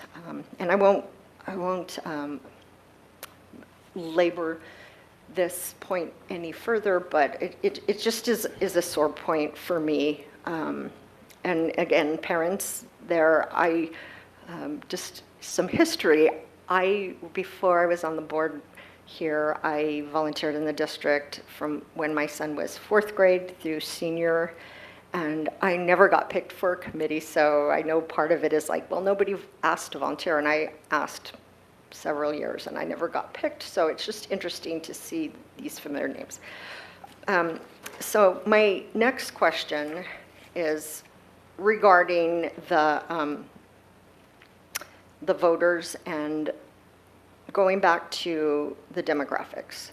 So I am concerned that we are overtaxing our oldest folks.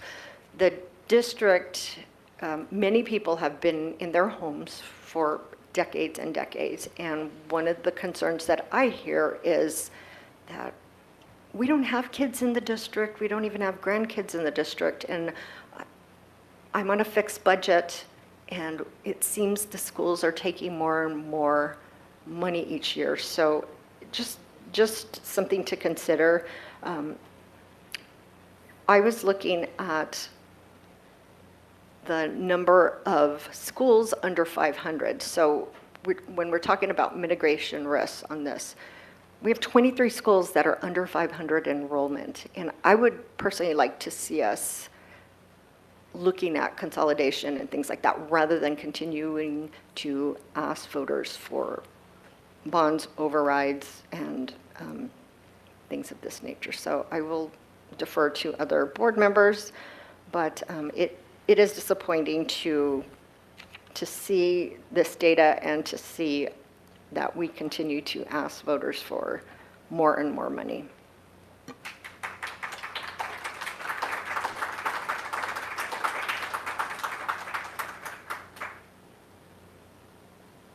Mrs. Greenberg?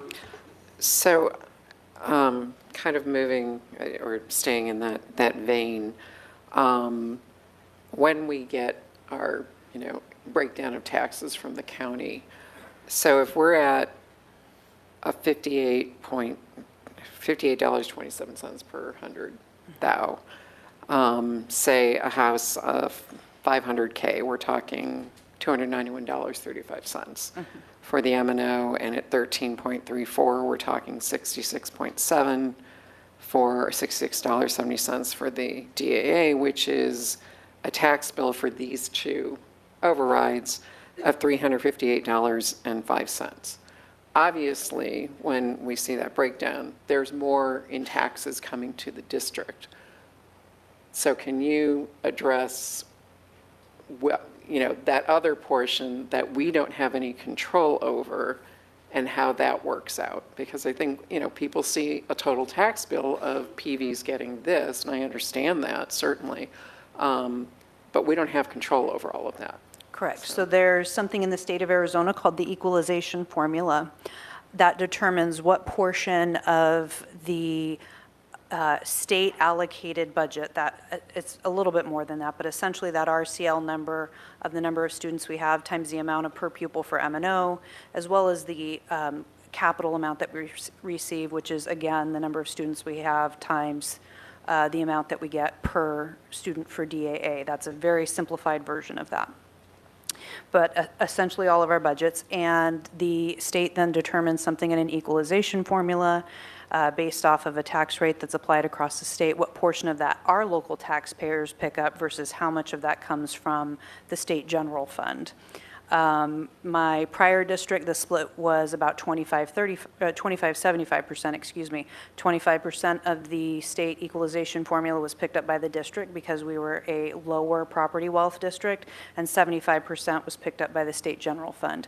In PV, it's about a 70-30 split. PV school district, because it is a wealthier property value district, 70% of the equalization formula is picked up by the local property taxpayers, and 30% is picked up by the state general fund. So so we have no control. No And control. and like you said, there's districts where it's reversed, there's districts where Correct. it's, the taxpayers are picking up 100%, correct? Correct. Isn't Cave Creek in that? Cave Creek, Position, Saddle for example. Mountain, I think Scottsdale, they split it up between their high school and their elementary, and I think their high school is and their elementary maybe isn't. I haven't looked at that in a couple of years, but yes. And then we also are dealing with the fact that the funding we do receive from the state is very low compared to other states, correct? I mean, there were numbers that just came out that, Arizona, once again, is 49th. Correct. Down from 48th last year.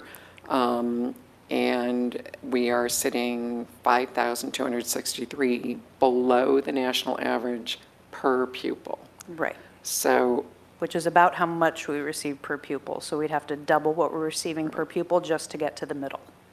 so, the unfortunate position we are in, and it does not, I mean, we don't have a budget yet from the state, so we don't know what's happening, but it doesn't appear that that's going to increase much this year. So we are, again, in a position of trying to stretch the dollars that we get and hopefully get support from our taxpayers to supplement, I don't want to say supplement, but I think calling these overrides, again, continue to be strange use of language, but that's where we are with them.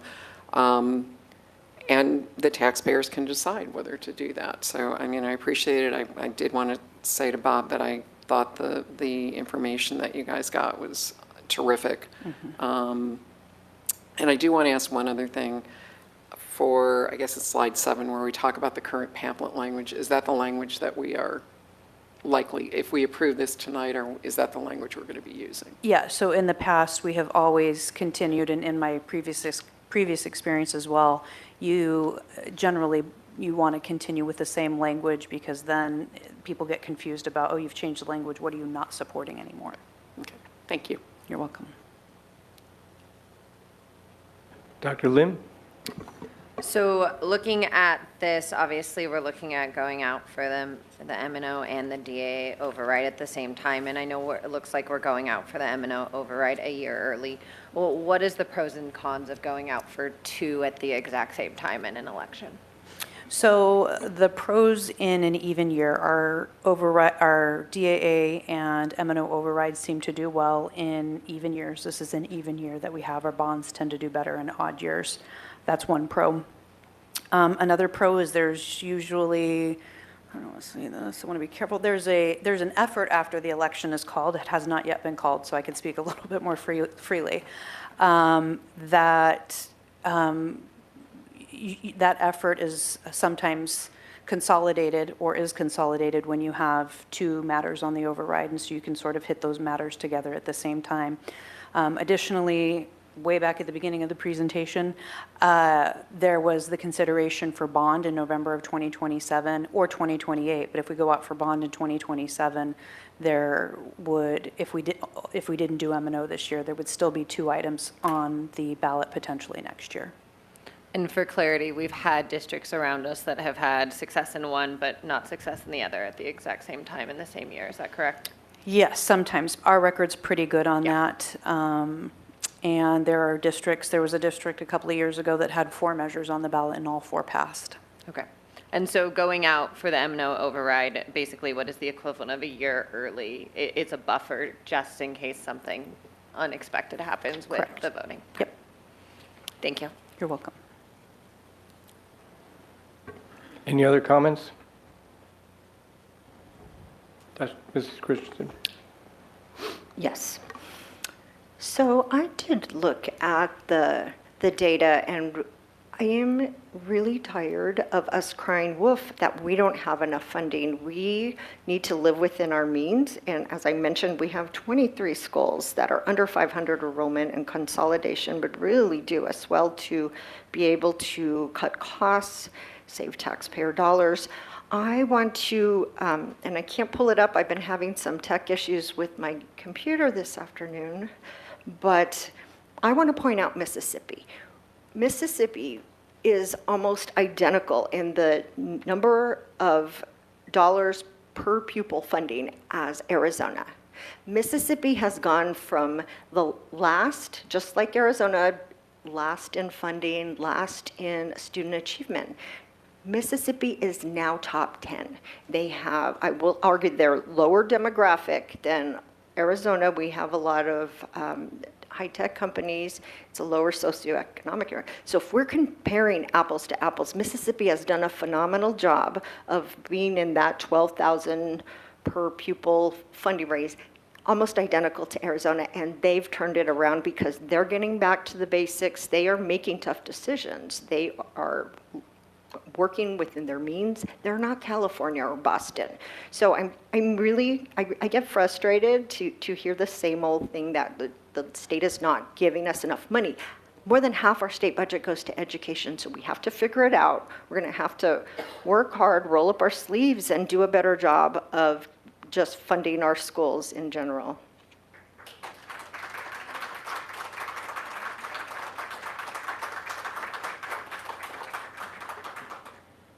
Any other comments? Seeing none, all those in favor say aye. Aye. All those say nay. Nay. Motion passes, 3 yeses, 0 nays. Oh, any abstentions? 1 nay and 0 abstentions. May I have a motion to approve item G3, consider, put the glasses back on. May I have a motion to approve item G3, consider, discussion, amend if desired, and if deemed advisable, to adopt resolution number 599, ordering and calling a special district additional assistance override election to be held in and for the district and declaring the deadline for submitting arguments for and against the elections to the Maricopa County School Superintendent as August 7th, 2026 at 5 p.m. as presented. So moved. Any board members wishing to make a comment?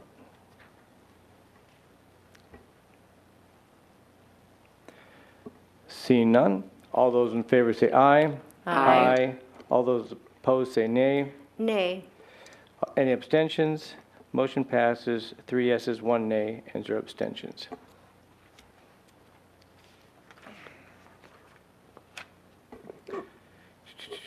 Next on the agenda is items for adoption G4, public hearing for fiscal year 2025-26 school district annual budget revision number 2, followed by consideration and approval of the fiscal year 2025-2026 school district annual budget revision number 2. Mrs. Berrigan.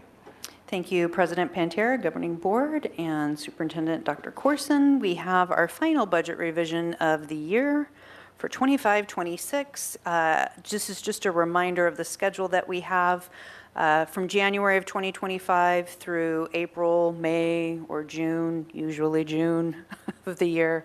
The state is working on their budget to determine our budget capacity, and they're working on that right now for fiscal year 26-27. Districts generally propose their budgets in June and adopt them in July, and it has to be no later than July 15th of that year.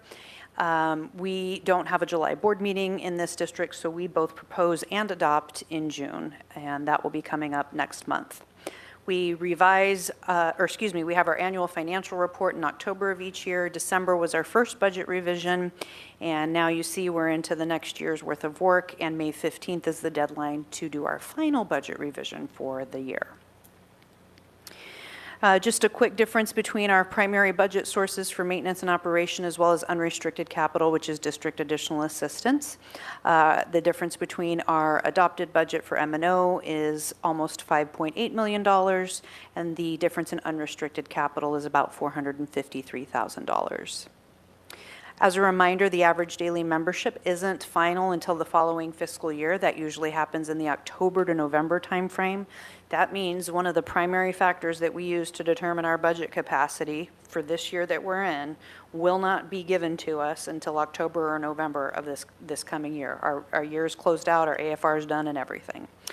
The ADM for our budget adoption is usually a little bit higher. I plan that a little bit higher to ensure that we don't lose any capacity for the M&O override, should we be pleasantly surprised and have a higher enrollment than we were expecting. The biggest difference that you saw for that M&O is the M&O carry forward increase from fiscal year 25 to fiscal year 26 between the adopted budget in May. When I'm adopting that budget, we still have 3 more months worth of encumbrance periods and things of that nature to work through, so there's always going to be changes there. And as a reminder, these are only changes to the budget forms. The real impact for the budget is presented. That's the presentation I do throughout the fall and the winter time frame with other budgetary changes, that one pager that we work through every year. With that, I'm happy to answer any questions the board might have.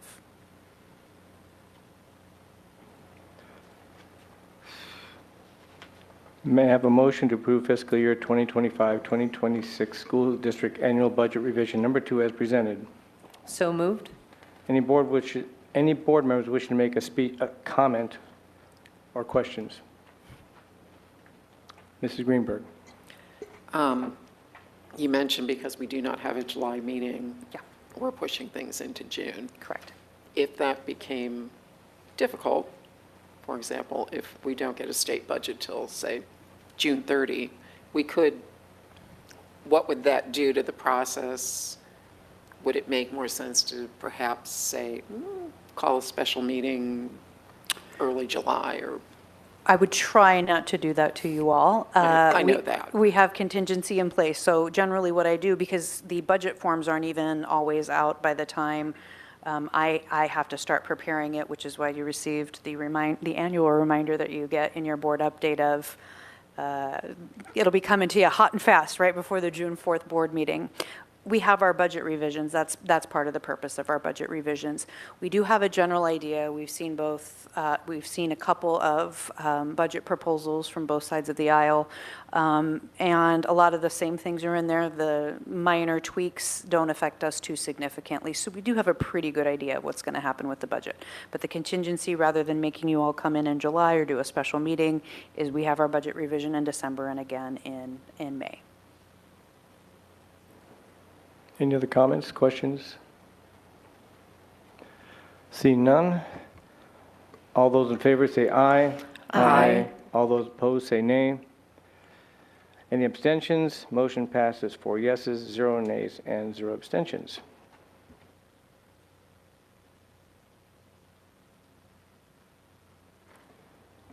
Next on the agenda is items for approval G5, acceptance of gifts and donations. At this time, I would like to thank all of our donors and call out a few of our generous people that donated. We've got Dorito Partners Incorporated, about $1,000 in rewards for students at Echo Mountain Intermediate School. We've got here Project Lead the Way at Paradise Valley High School. That's $15,000 for their Crest expansion. That's pretty cool. I love that program. ASU, Arizona State University, $1,000 for the engineering program over at PV High School. We've got $3,500 in donations from Renee Howard Burkham for PV Online related PT services. And then let's see, two more, $1,000 total from Desert Ridge Community Association at Pinnacle High School and Wildflower Elementary Schools. And that's for their site discretionary fund. We really appreciate the donations and the giving back from all our people in the community. Thank you for your generosity. May I have a motion for the acceptance of gifts and donations as presented? So moved. Thank you. Any board members wishing to make a comment? All those in favor say aye. Aye. All those, y'all heard that, right? Okay. All those opposed say nay. Any abstentions? Motion passes with 4 yeses, 0 nays, and 0 abstentions. All right.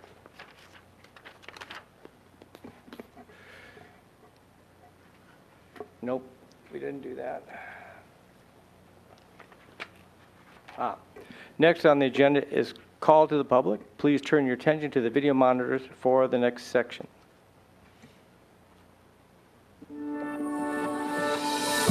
Call to the public is about to convene. This portion of today's meeting allows the public the opportunity to address the governing board.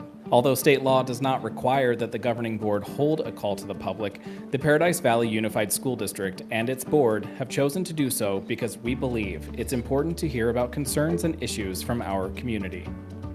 While call to the public is not designed to be a discussion, the board is here to listen.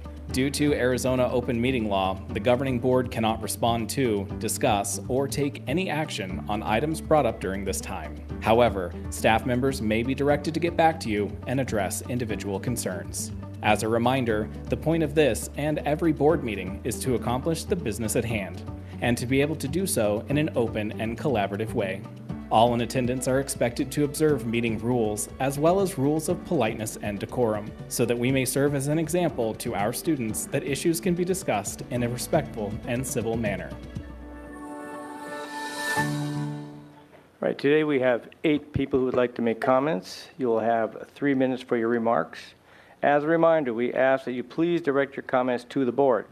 Please state your first and last name when you come to the podium. Our first speaker is Kira Kuo, and followed by Nicole McCluskey. Hello, good evening, Dr. Kara Kuo, and I'm here again to address ongoing safety concerns, documentation failures, and continued barriers placed between me and information I'm legally entitled to. Sorry. First, the communication issue. I have always communicated in writing, as is my right, under state and federal law. Written communication is not misconduct, it is a protected activity.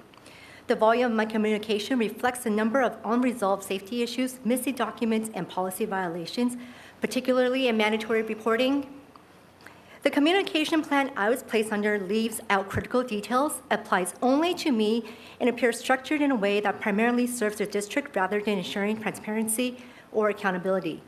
It creates a system where staff are prohibited from responding, information can be withheld or delayed, and I can be blamed for not receiving information I was never given.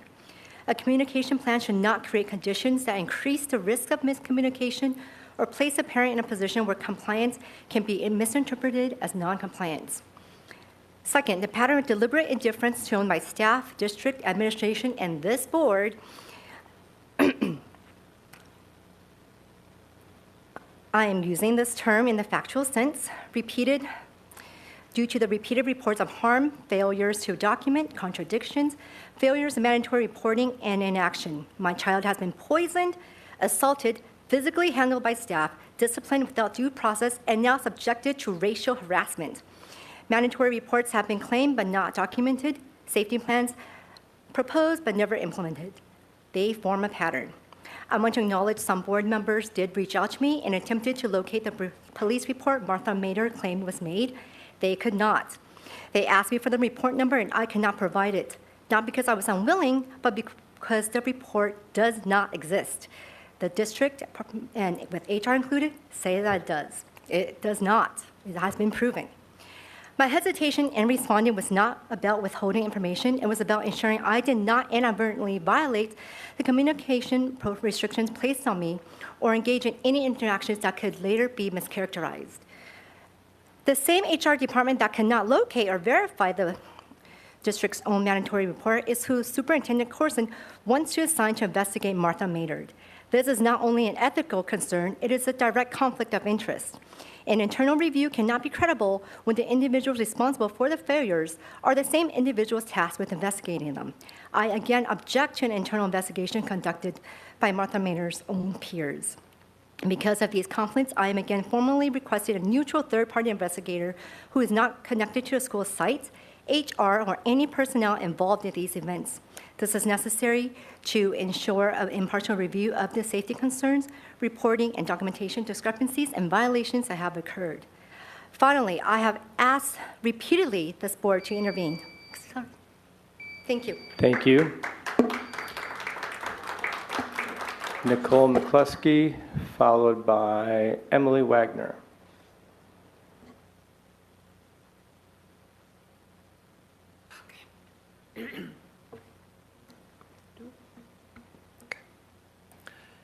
Hi, my name is Nicole McCluskey.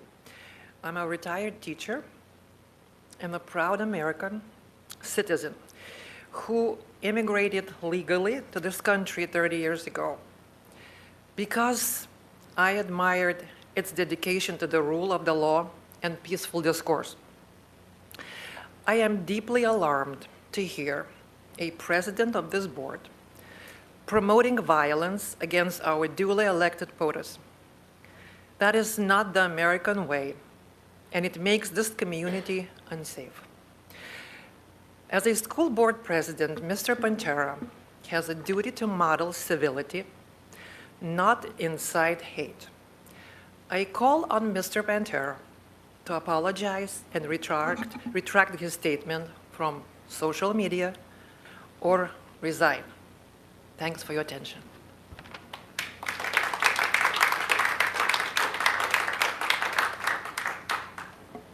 Emily Wagner, followed by Nicole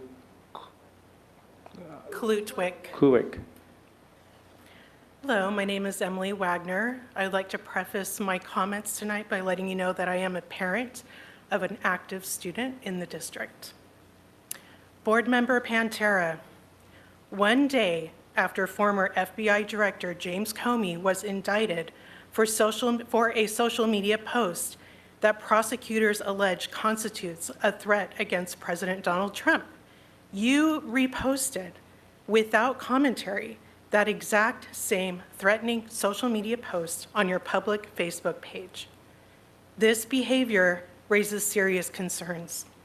District policy prohibits content that incites unlawful acts, creates danger or risk, or is inflammatory rather than respectful. As an elected leader, your words and imagery carry weight far beyond your Facebook account. Posting an image that implies violence, even indirectly, runs counter to the standards expected of those who represent our schools. It undermines trust and sets the wrong example for students and the broader community. Our district deserves leadership that reflects responsibility, restraint, and respect. Given the seriousness of this lapse in judgment, I believe the appropriate course of action is for you to resign from the board. Thank you.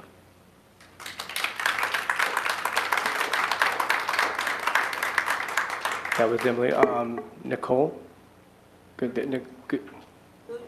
Kluwick. Thank you. Followed by Suzanne Winder. Yeah, it's very phonetic, so it is a Dutch name, but it's just exactly how it looks. So my name is Nicole Kluwick, and thank you for giving us time here to speak and talk. I also want to address the irresponsible postings that have taken place.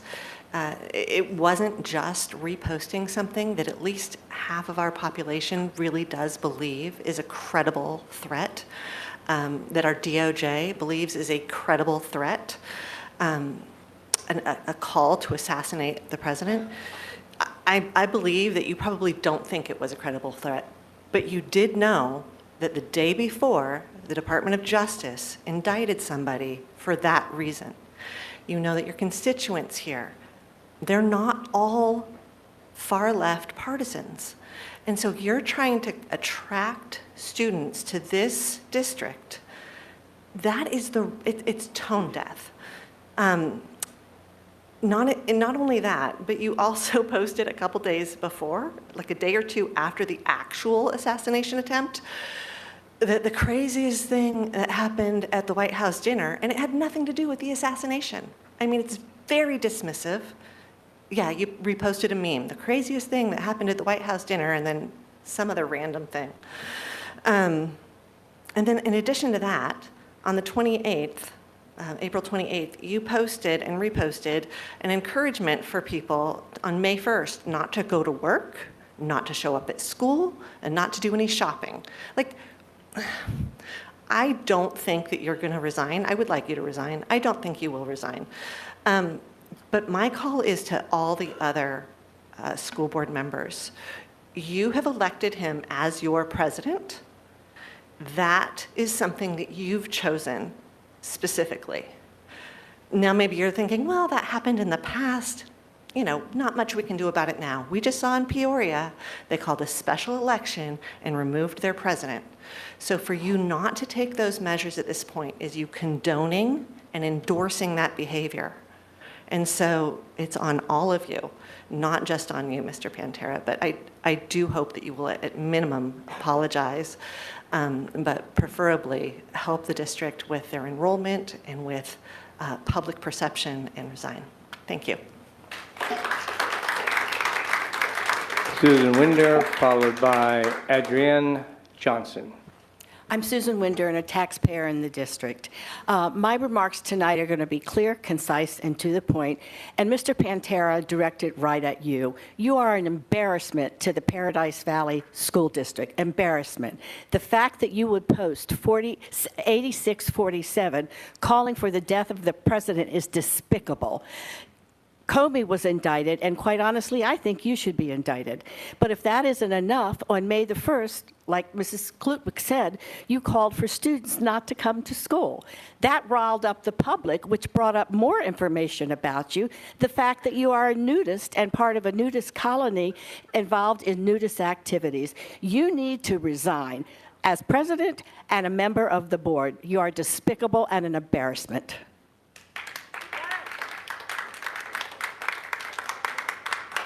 Adrienne Johnson, followed by Annette Economides. Good evening, Governing Board, President Anthony Pantera. My name is Adrienne Johnson. I'm a concerned Arizona citizen and representative of a grassroots organization called Arizona Women of Action. Tonight I am here because School Board President Anthony Pantera recently reposted a message that references political violence against President Trump, in specific, calling for his assassination. This is unacceptable from any public official, especially the president of a school board. Inciting or lightly referencing political violence through flippant or coded posts is extraordinarily inappropriate and dangerous. It normalizes aggression as a political tool, can inspire unpredictable acts of harm, and erodes trust and professionalism. As Scripture warns in Proverbs 18:21, the tongue has the power of life and death, and those who love it will eat its fruit. Your own district's social media policy prohibits inflammatory and dangerous posts. By sharing this content, President Pantera, you have violated those standards and undermined public trust.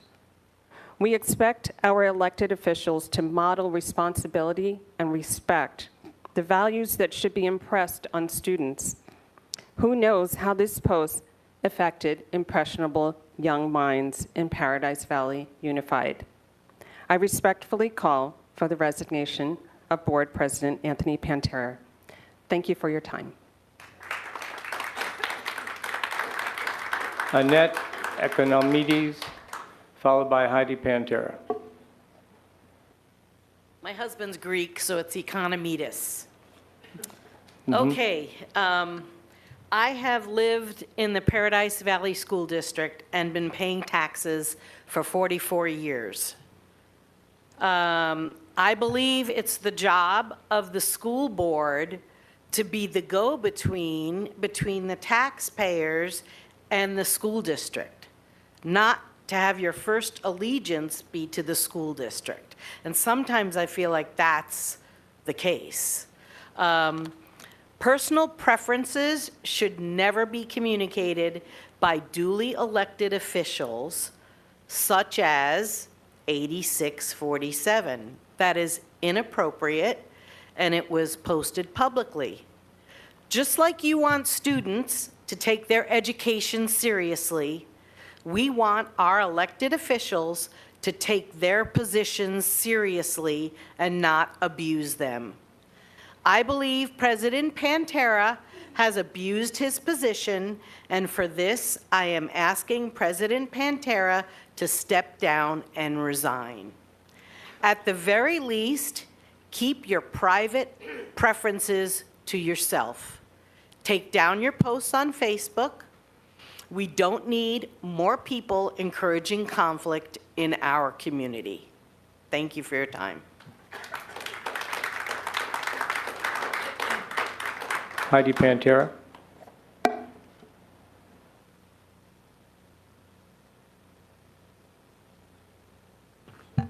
President Pantera, members of the board, thanks so much for being here tonight, letting us have this opportunity to speak. I think it's important to just say thank you. It's forgotten often that what you do is a public service. You are volunteers. You are here because you believe in doing what is good for our communities. And I have to be honest, one of the scariest things I've heard here this evening is not about 8647, because anybody who's ever worked in a restaurant knows exactly what that refers to. But it's more concerning to hear so cavalierly discussion of dismantling 23 different school communities as if they don't matter, as if those communities aren't entities in and of themselves that matter to the people that are within them. That's far more terrifying than what our board president has to say on social media. And as a side note, Dad, I could never have been more proud of you. I love you so much, and I am really honored and so proud to be your daughter. And yes, it was my experiment that he was referring to in the opening remarks. I won a blue ribbon. Very proud of myself. Thank you again for your volunteer work on this board, making hard decisions, and really standing up for what's right, as I know you've always done, President Pantera. Thank you. Thank you. That concludes the call to the public. Although, because there's so many remarks in one regards, I think I'm obligated to respond. You know, I've had my political opinions forever. And I've always expressed them forever. Before I was on the board, the last 3.5 years I've been on the board, they've always been there. And they haven't changed. And I don't hide anything, but what I do as a board member is board work. When I speak as a board president or a board member, I represent the united will of the board. I've proved that many times. A specific example is the Arizona School Board Association, where we were to think about the new bylaws that they were proposing. We discussed it, we voted on it. I was the only one that wanted it to happen. I lost that vote 4-1. But when it came time for me to represent the board at the conference, something came up. They wanted to extend the deadline to give it more chance to be passing this bylaw changes. And even though I wanted them to pass, I knew what the board wanted us to do. So I voted against that. I voted against extending that deadline. Because even when things go against me as a board member, I stick with what our group decision is. I don't put out a press release. I don't do something else against the board.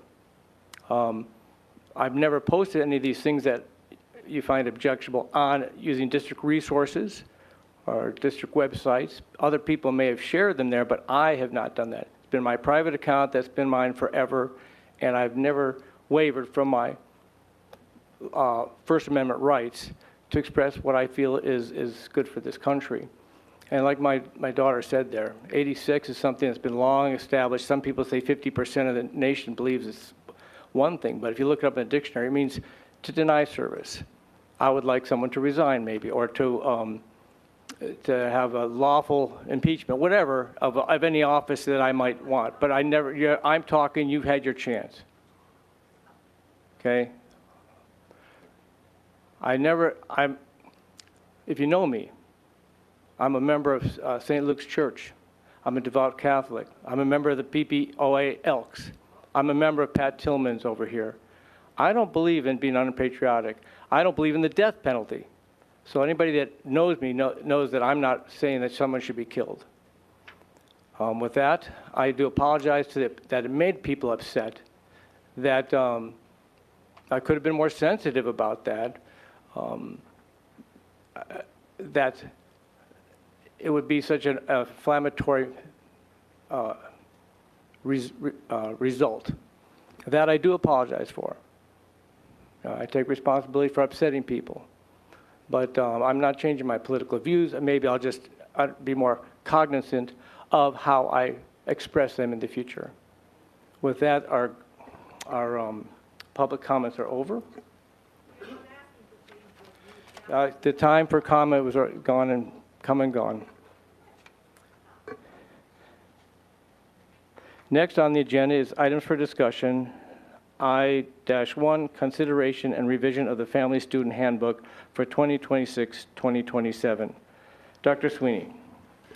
Yes, President Pantera, members of the Governing Board, Dr. Corson, and guests.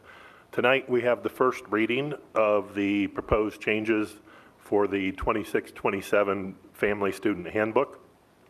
Dr. Chris Asmussen, our Director of Secondary Student Services, will take you through a little discussion on the process that led to that, and you've all seen a copy of the content of it, and he's here to answer any of those questions you might have as well. Thank you.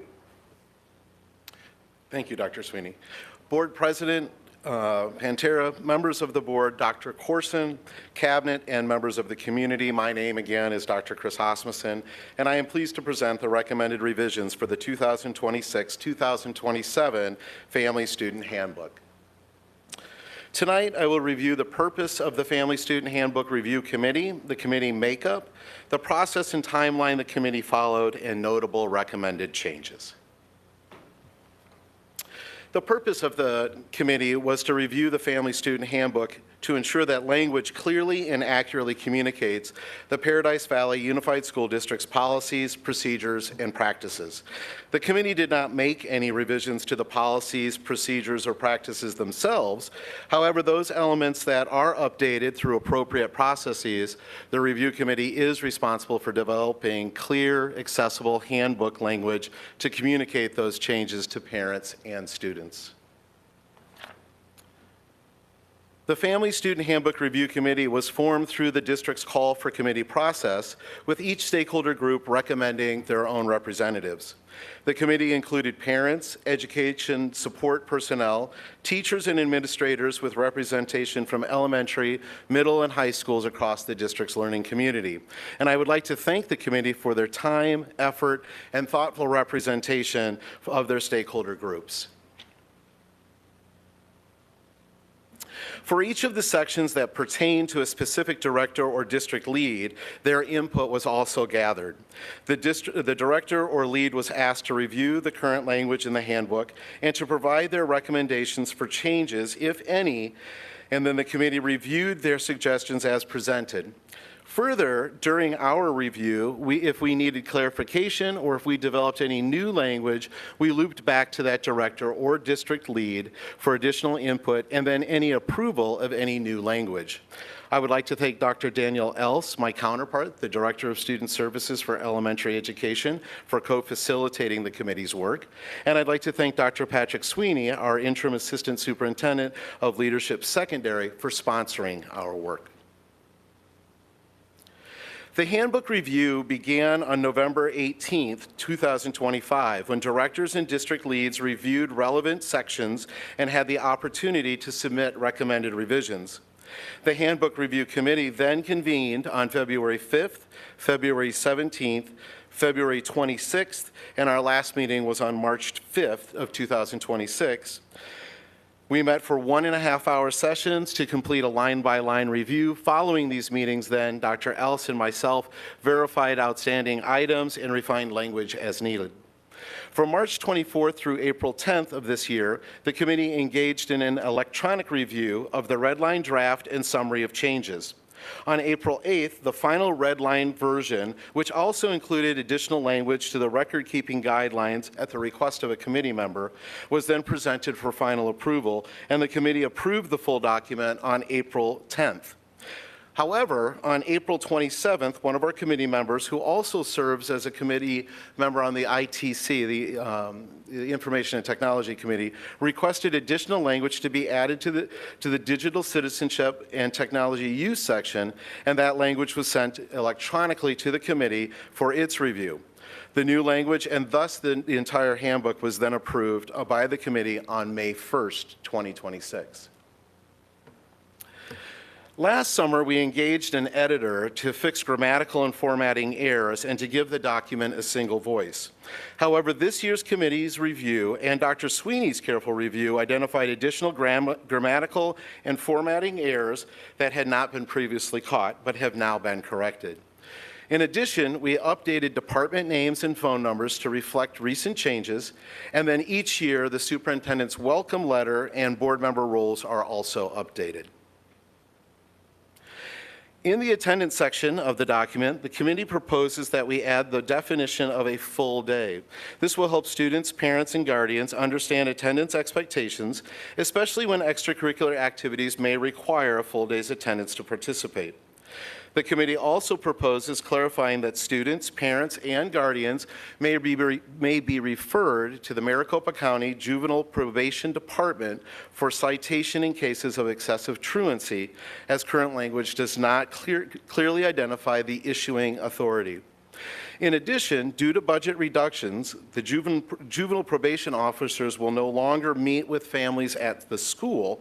Instead, students, parents, and guardians must report to the Juvenile Probation Department's location. The committee recommends that we add a new assessment section to the handbook, where we define and describe many of the assessments that students are required or have the opportunity to take. The committee recommends expanding the digital citizenship and technology use section to further define technology, including smart glasses and other wearable devices.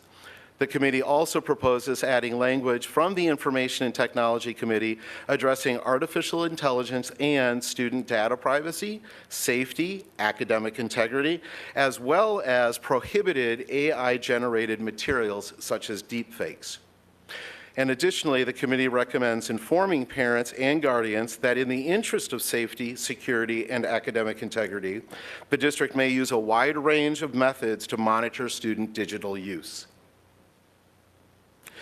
The committee recommends updating the extracurricular eligibility language, specifically to include that students may be required to be in attendance at least 50% of the academic day to participate in that day's activities. Further, those students who have been assigned to alternative home placement are not eligible for participation until they have returned to being a student in good standing. The committee recommends that FERPA Notice of Directory Information language be updated to include the sharing of data with dropout recovery programs, similar to sharing information with institutions of higher education. And this will also require or result in a change to the annual update language, both on the online version through Infinite Campus and the paper form copy. The committee recommends updating food services language to include information on the Arizona Healthy Schools Act, offering parents some of the why behind our food in the classroom procedures and practices. We recommend clarifying that the required PE credit includes a half credit of life concepts at all high schools, with the exception of Sweetwater Community School. Our counselors recommended, and the committee agrees with, adding language to explain how we handle external transcripts when students transfer to the district as high school students. When students are on campus, we are expected to provide adequate supervision. If students arrive too early or stay too late, we may not have the appropriate staff to provide that level of supervision.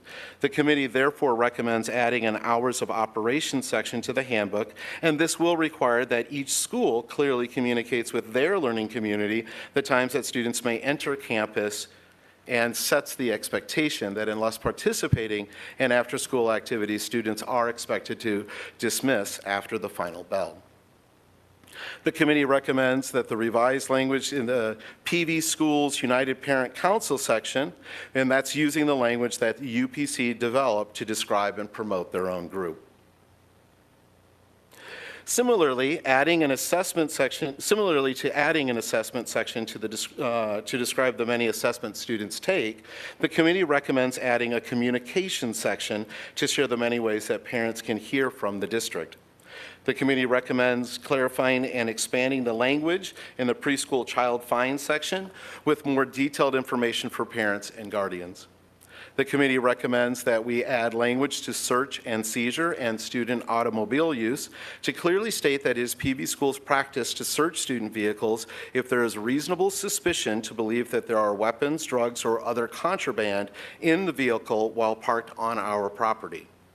We recommend adding language to the handbook that explains the consequences that may be imposed on students who have outstanding fees.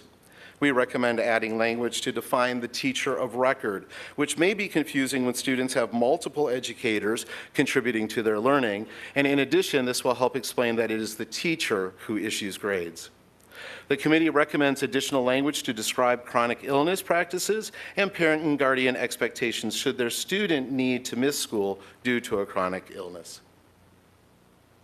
In the area of behavior expectations language or language surrounding disciplinary practices, the committee recommends clarifying that we don't use restorative practices, the program, rather we use restorative practices strategies. Further, we recommend defining what a nexus to the school means, as there are times when off-campus behavior falls under the jurisdiction of the school, and there are times when it does not.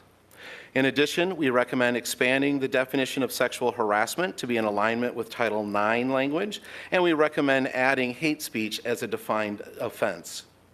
The committee recommends adding language to the definition of inciting to include filming a fight with a cell phone or other electronic device. And finally, the committee recommends defining the alternative school placement as a separate learning environment rather than calling it Sweetwater Community School. The vast majority of students at Sweetwater are either there by choice or for the purpose of credit recovery, not because they've been assigned to that school for disciplinary consequences. And that concludes the recommended changes to the handbook. And one last time, I'd like to express my gratitude to those that served on the committee and to all of the directors and lead staff who took the time to review the language and help us refine the handbook. As a reminder, this is a first read, and we will bring the proposed revisions back to the handbook back to you on June 4th. I'm happy to answer any questions that you may have, and I'd also like to share that I have received some comments from Board Member Wani that I will incorporate into the process and the blue line copy. And again, I'm prepared to answer questions. Any comments or questions? I'll go first. Dr. Lim. Sure. Thank you, Mr. Pantera.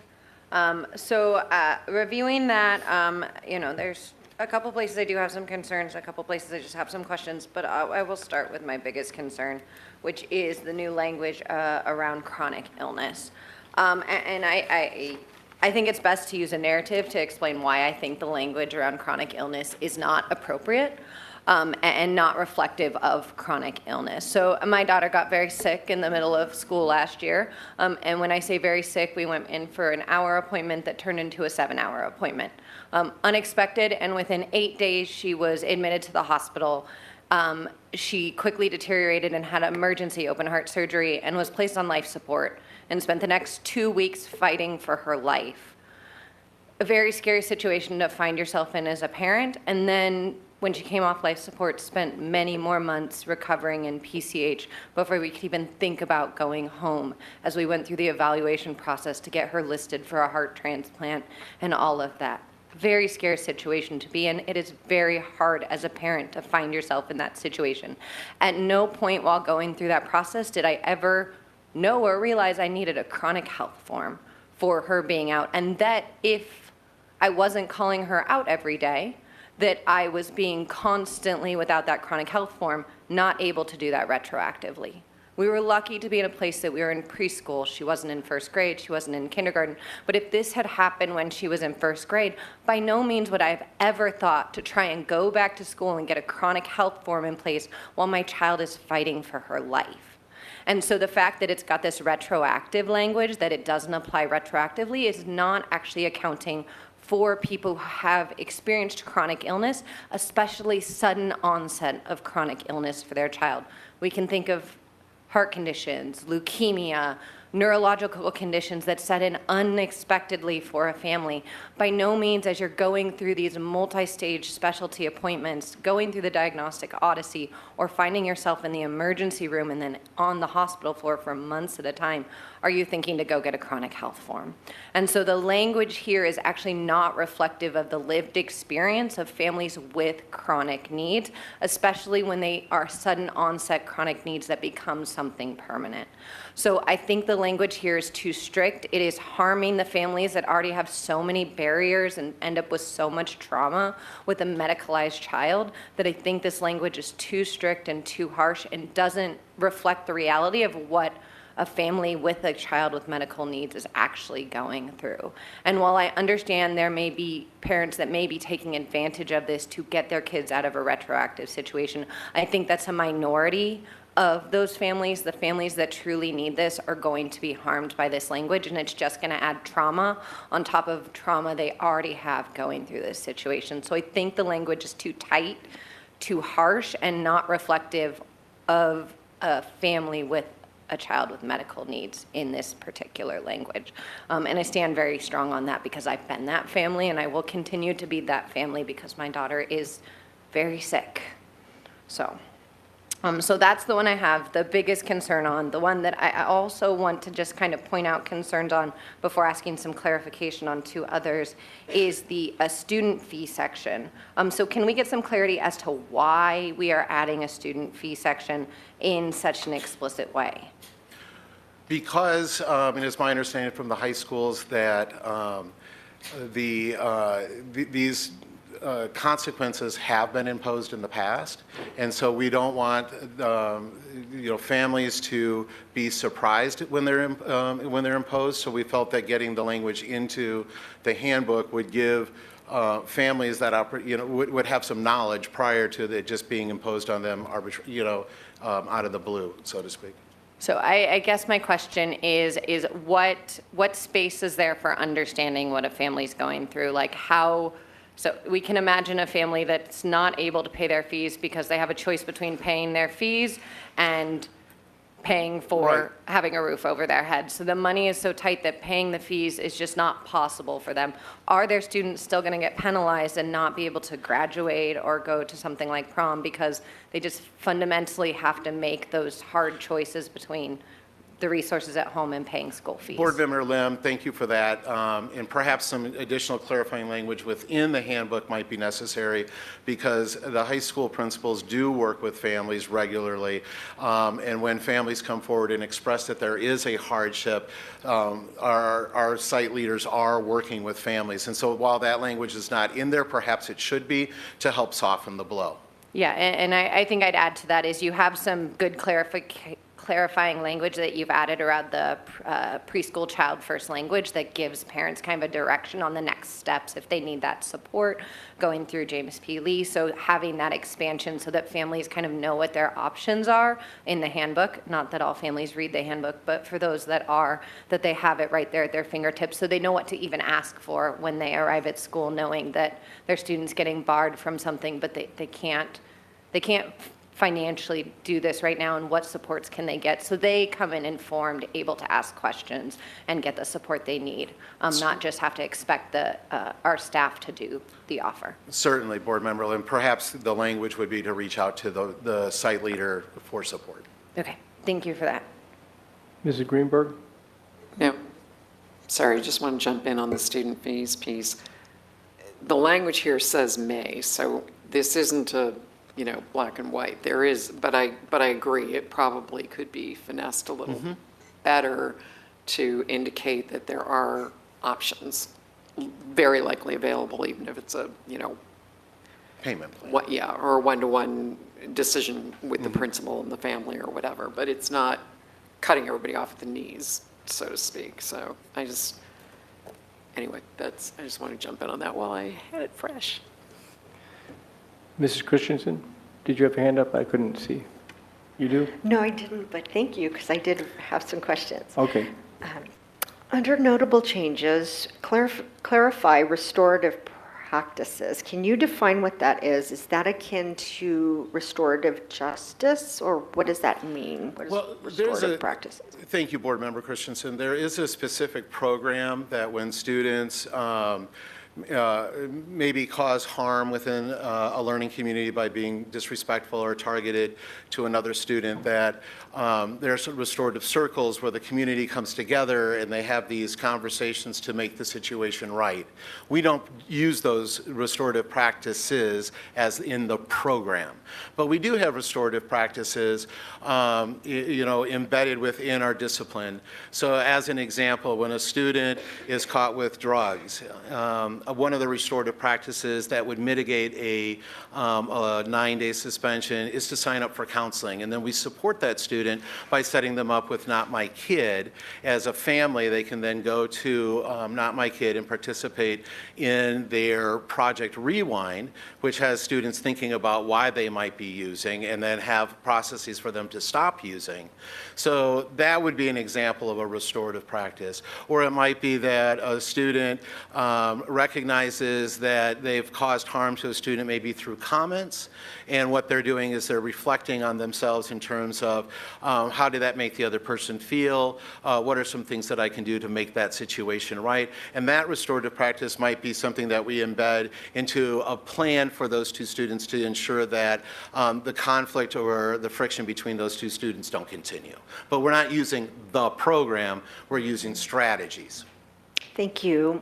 My concern with that type of restorative practices is it seems a bit lenient on ensuring that the punishment fits the crime. And the reason I say that is because I am a minority board member in more ways than one. I grew up in New Mexico, so I have experience with maybe friends, family members that have, how do I say this delicately, maybe have dabbled in things that may not have been legal. And so to me, just from my personal experiences, when you don't come and be tough on crime, especially with drug use and things like that, I personally find that it does more damage. And it gives the kids out. Teenagers are very smart. If they know that the punishment is going to be soft, it may not be a deterrent. So I just want to caution to be a little bit too lenient. Let the punishment fit the crime. So if it's a more serious crime, I would caution to not possibly be so lenient. My second one, in that same page, notable changes. Who defines what hate speech is? Well, we often hear racial slurs, we hear anti-Semitic behavior.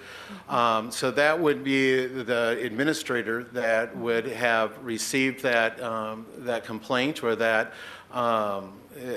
been made aware of that incident.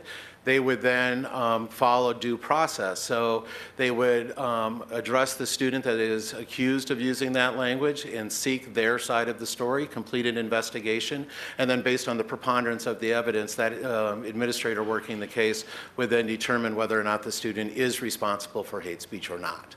Okay. I don't think you answered my question, but I just want to hone in on this. Today, we heard several members of our public in public comment define something that they felt was hate speech, and then one member of the public did not think it was, including our board president. So depending on who defines that hate speech, it seems to be very subjective. So I kind of am a little bit concerned with that term hate speech, because it's very difficult to define, and to add it in the language as a defined offense, it to me, when it cannot be clearly defined, is concerning. Mrs. Greenberg?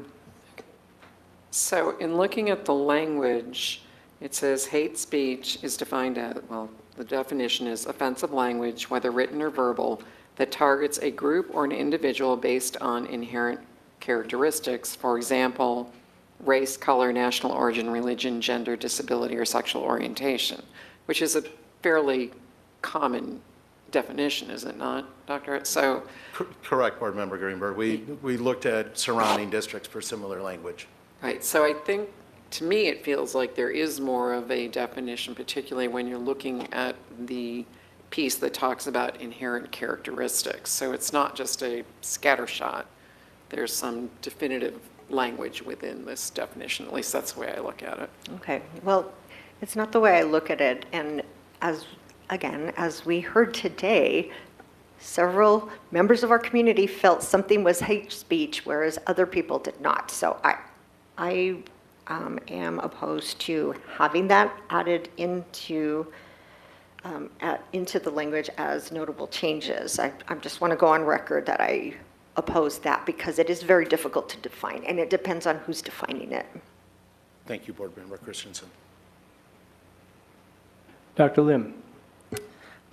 So going to general policies, I just want some clarification because we saw one earlier that said may, and this one in this case says must. So we see for extracurricular activity, you must attend 50% of the day. I don't have it right in front of me. Students must attend school a minimum of 50% of the school day to participate in practice. So this word must, is there no flexibility there? I ask that because I've had my daughter go in for a 2-hour appointment that's turned into a 7-hour appointment. And those are things we can't control. As a parent, sometimes the only time we can see this specialist is this specific day, and we booked it 6 months in advance, long before the extracurricular calendar came out.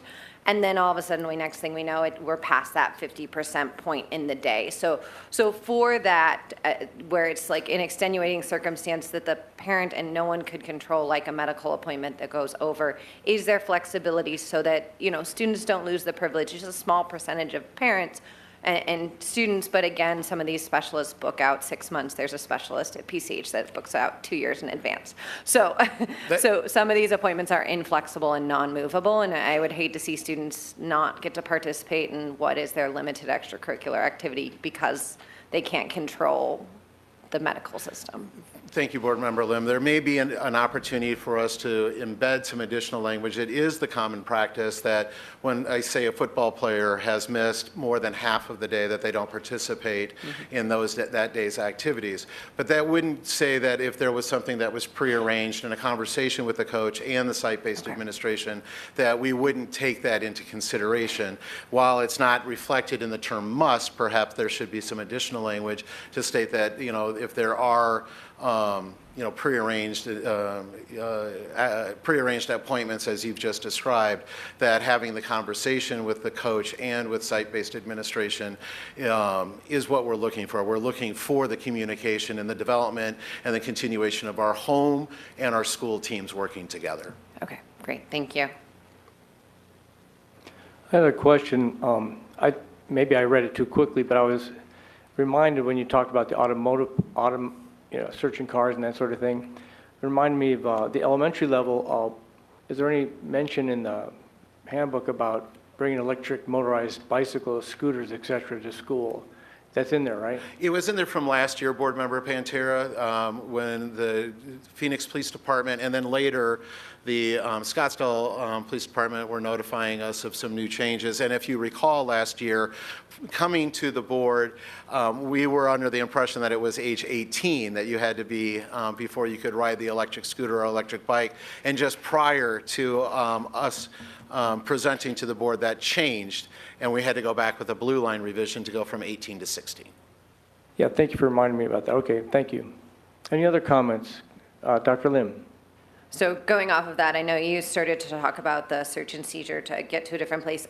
For clarity, and I just want to make sure I'm understanding this right, because that car is on campus, if we have reasonable suspicion legally, we're allowed to search that. But that's only if we have reasonable suspicion. That is correct. My understanding. Okay. And, I think that we'll be going back to look at this.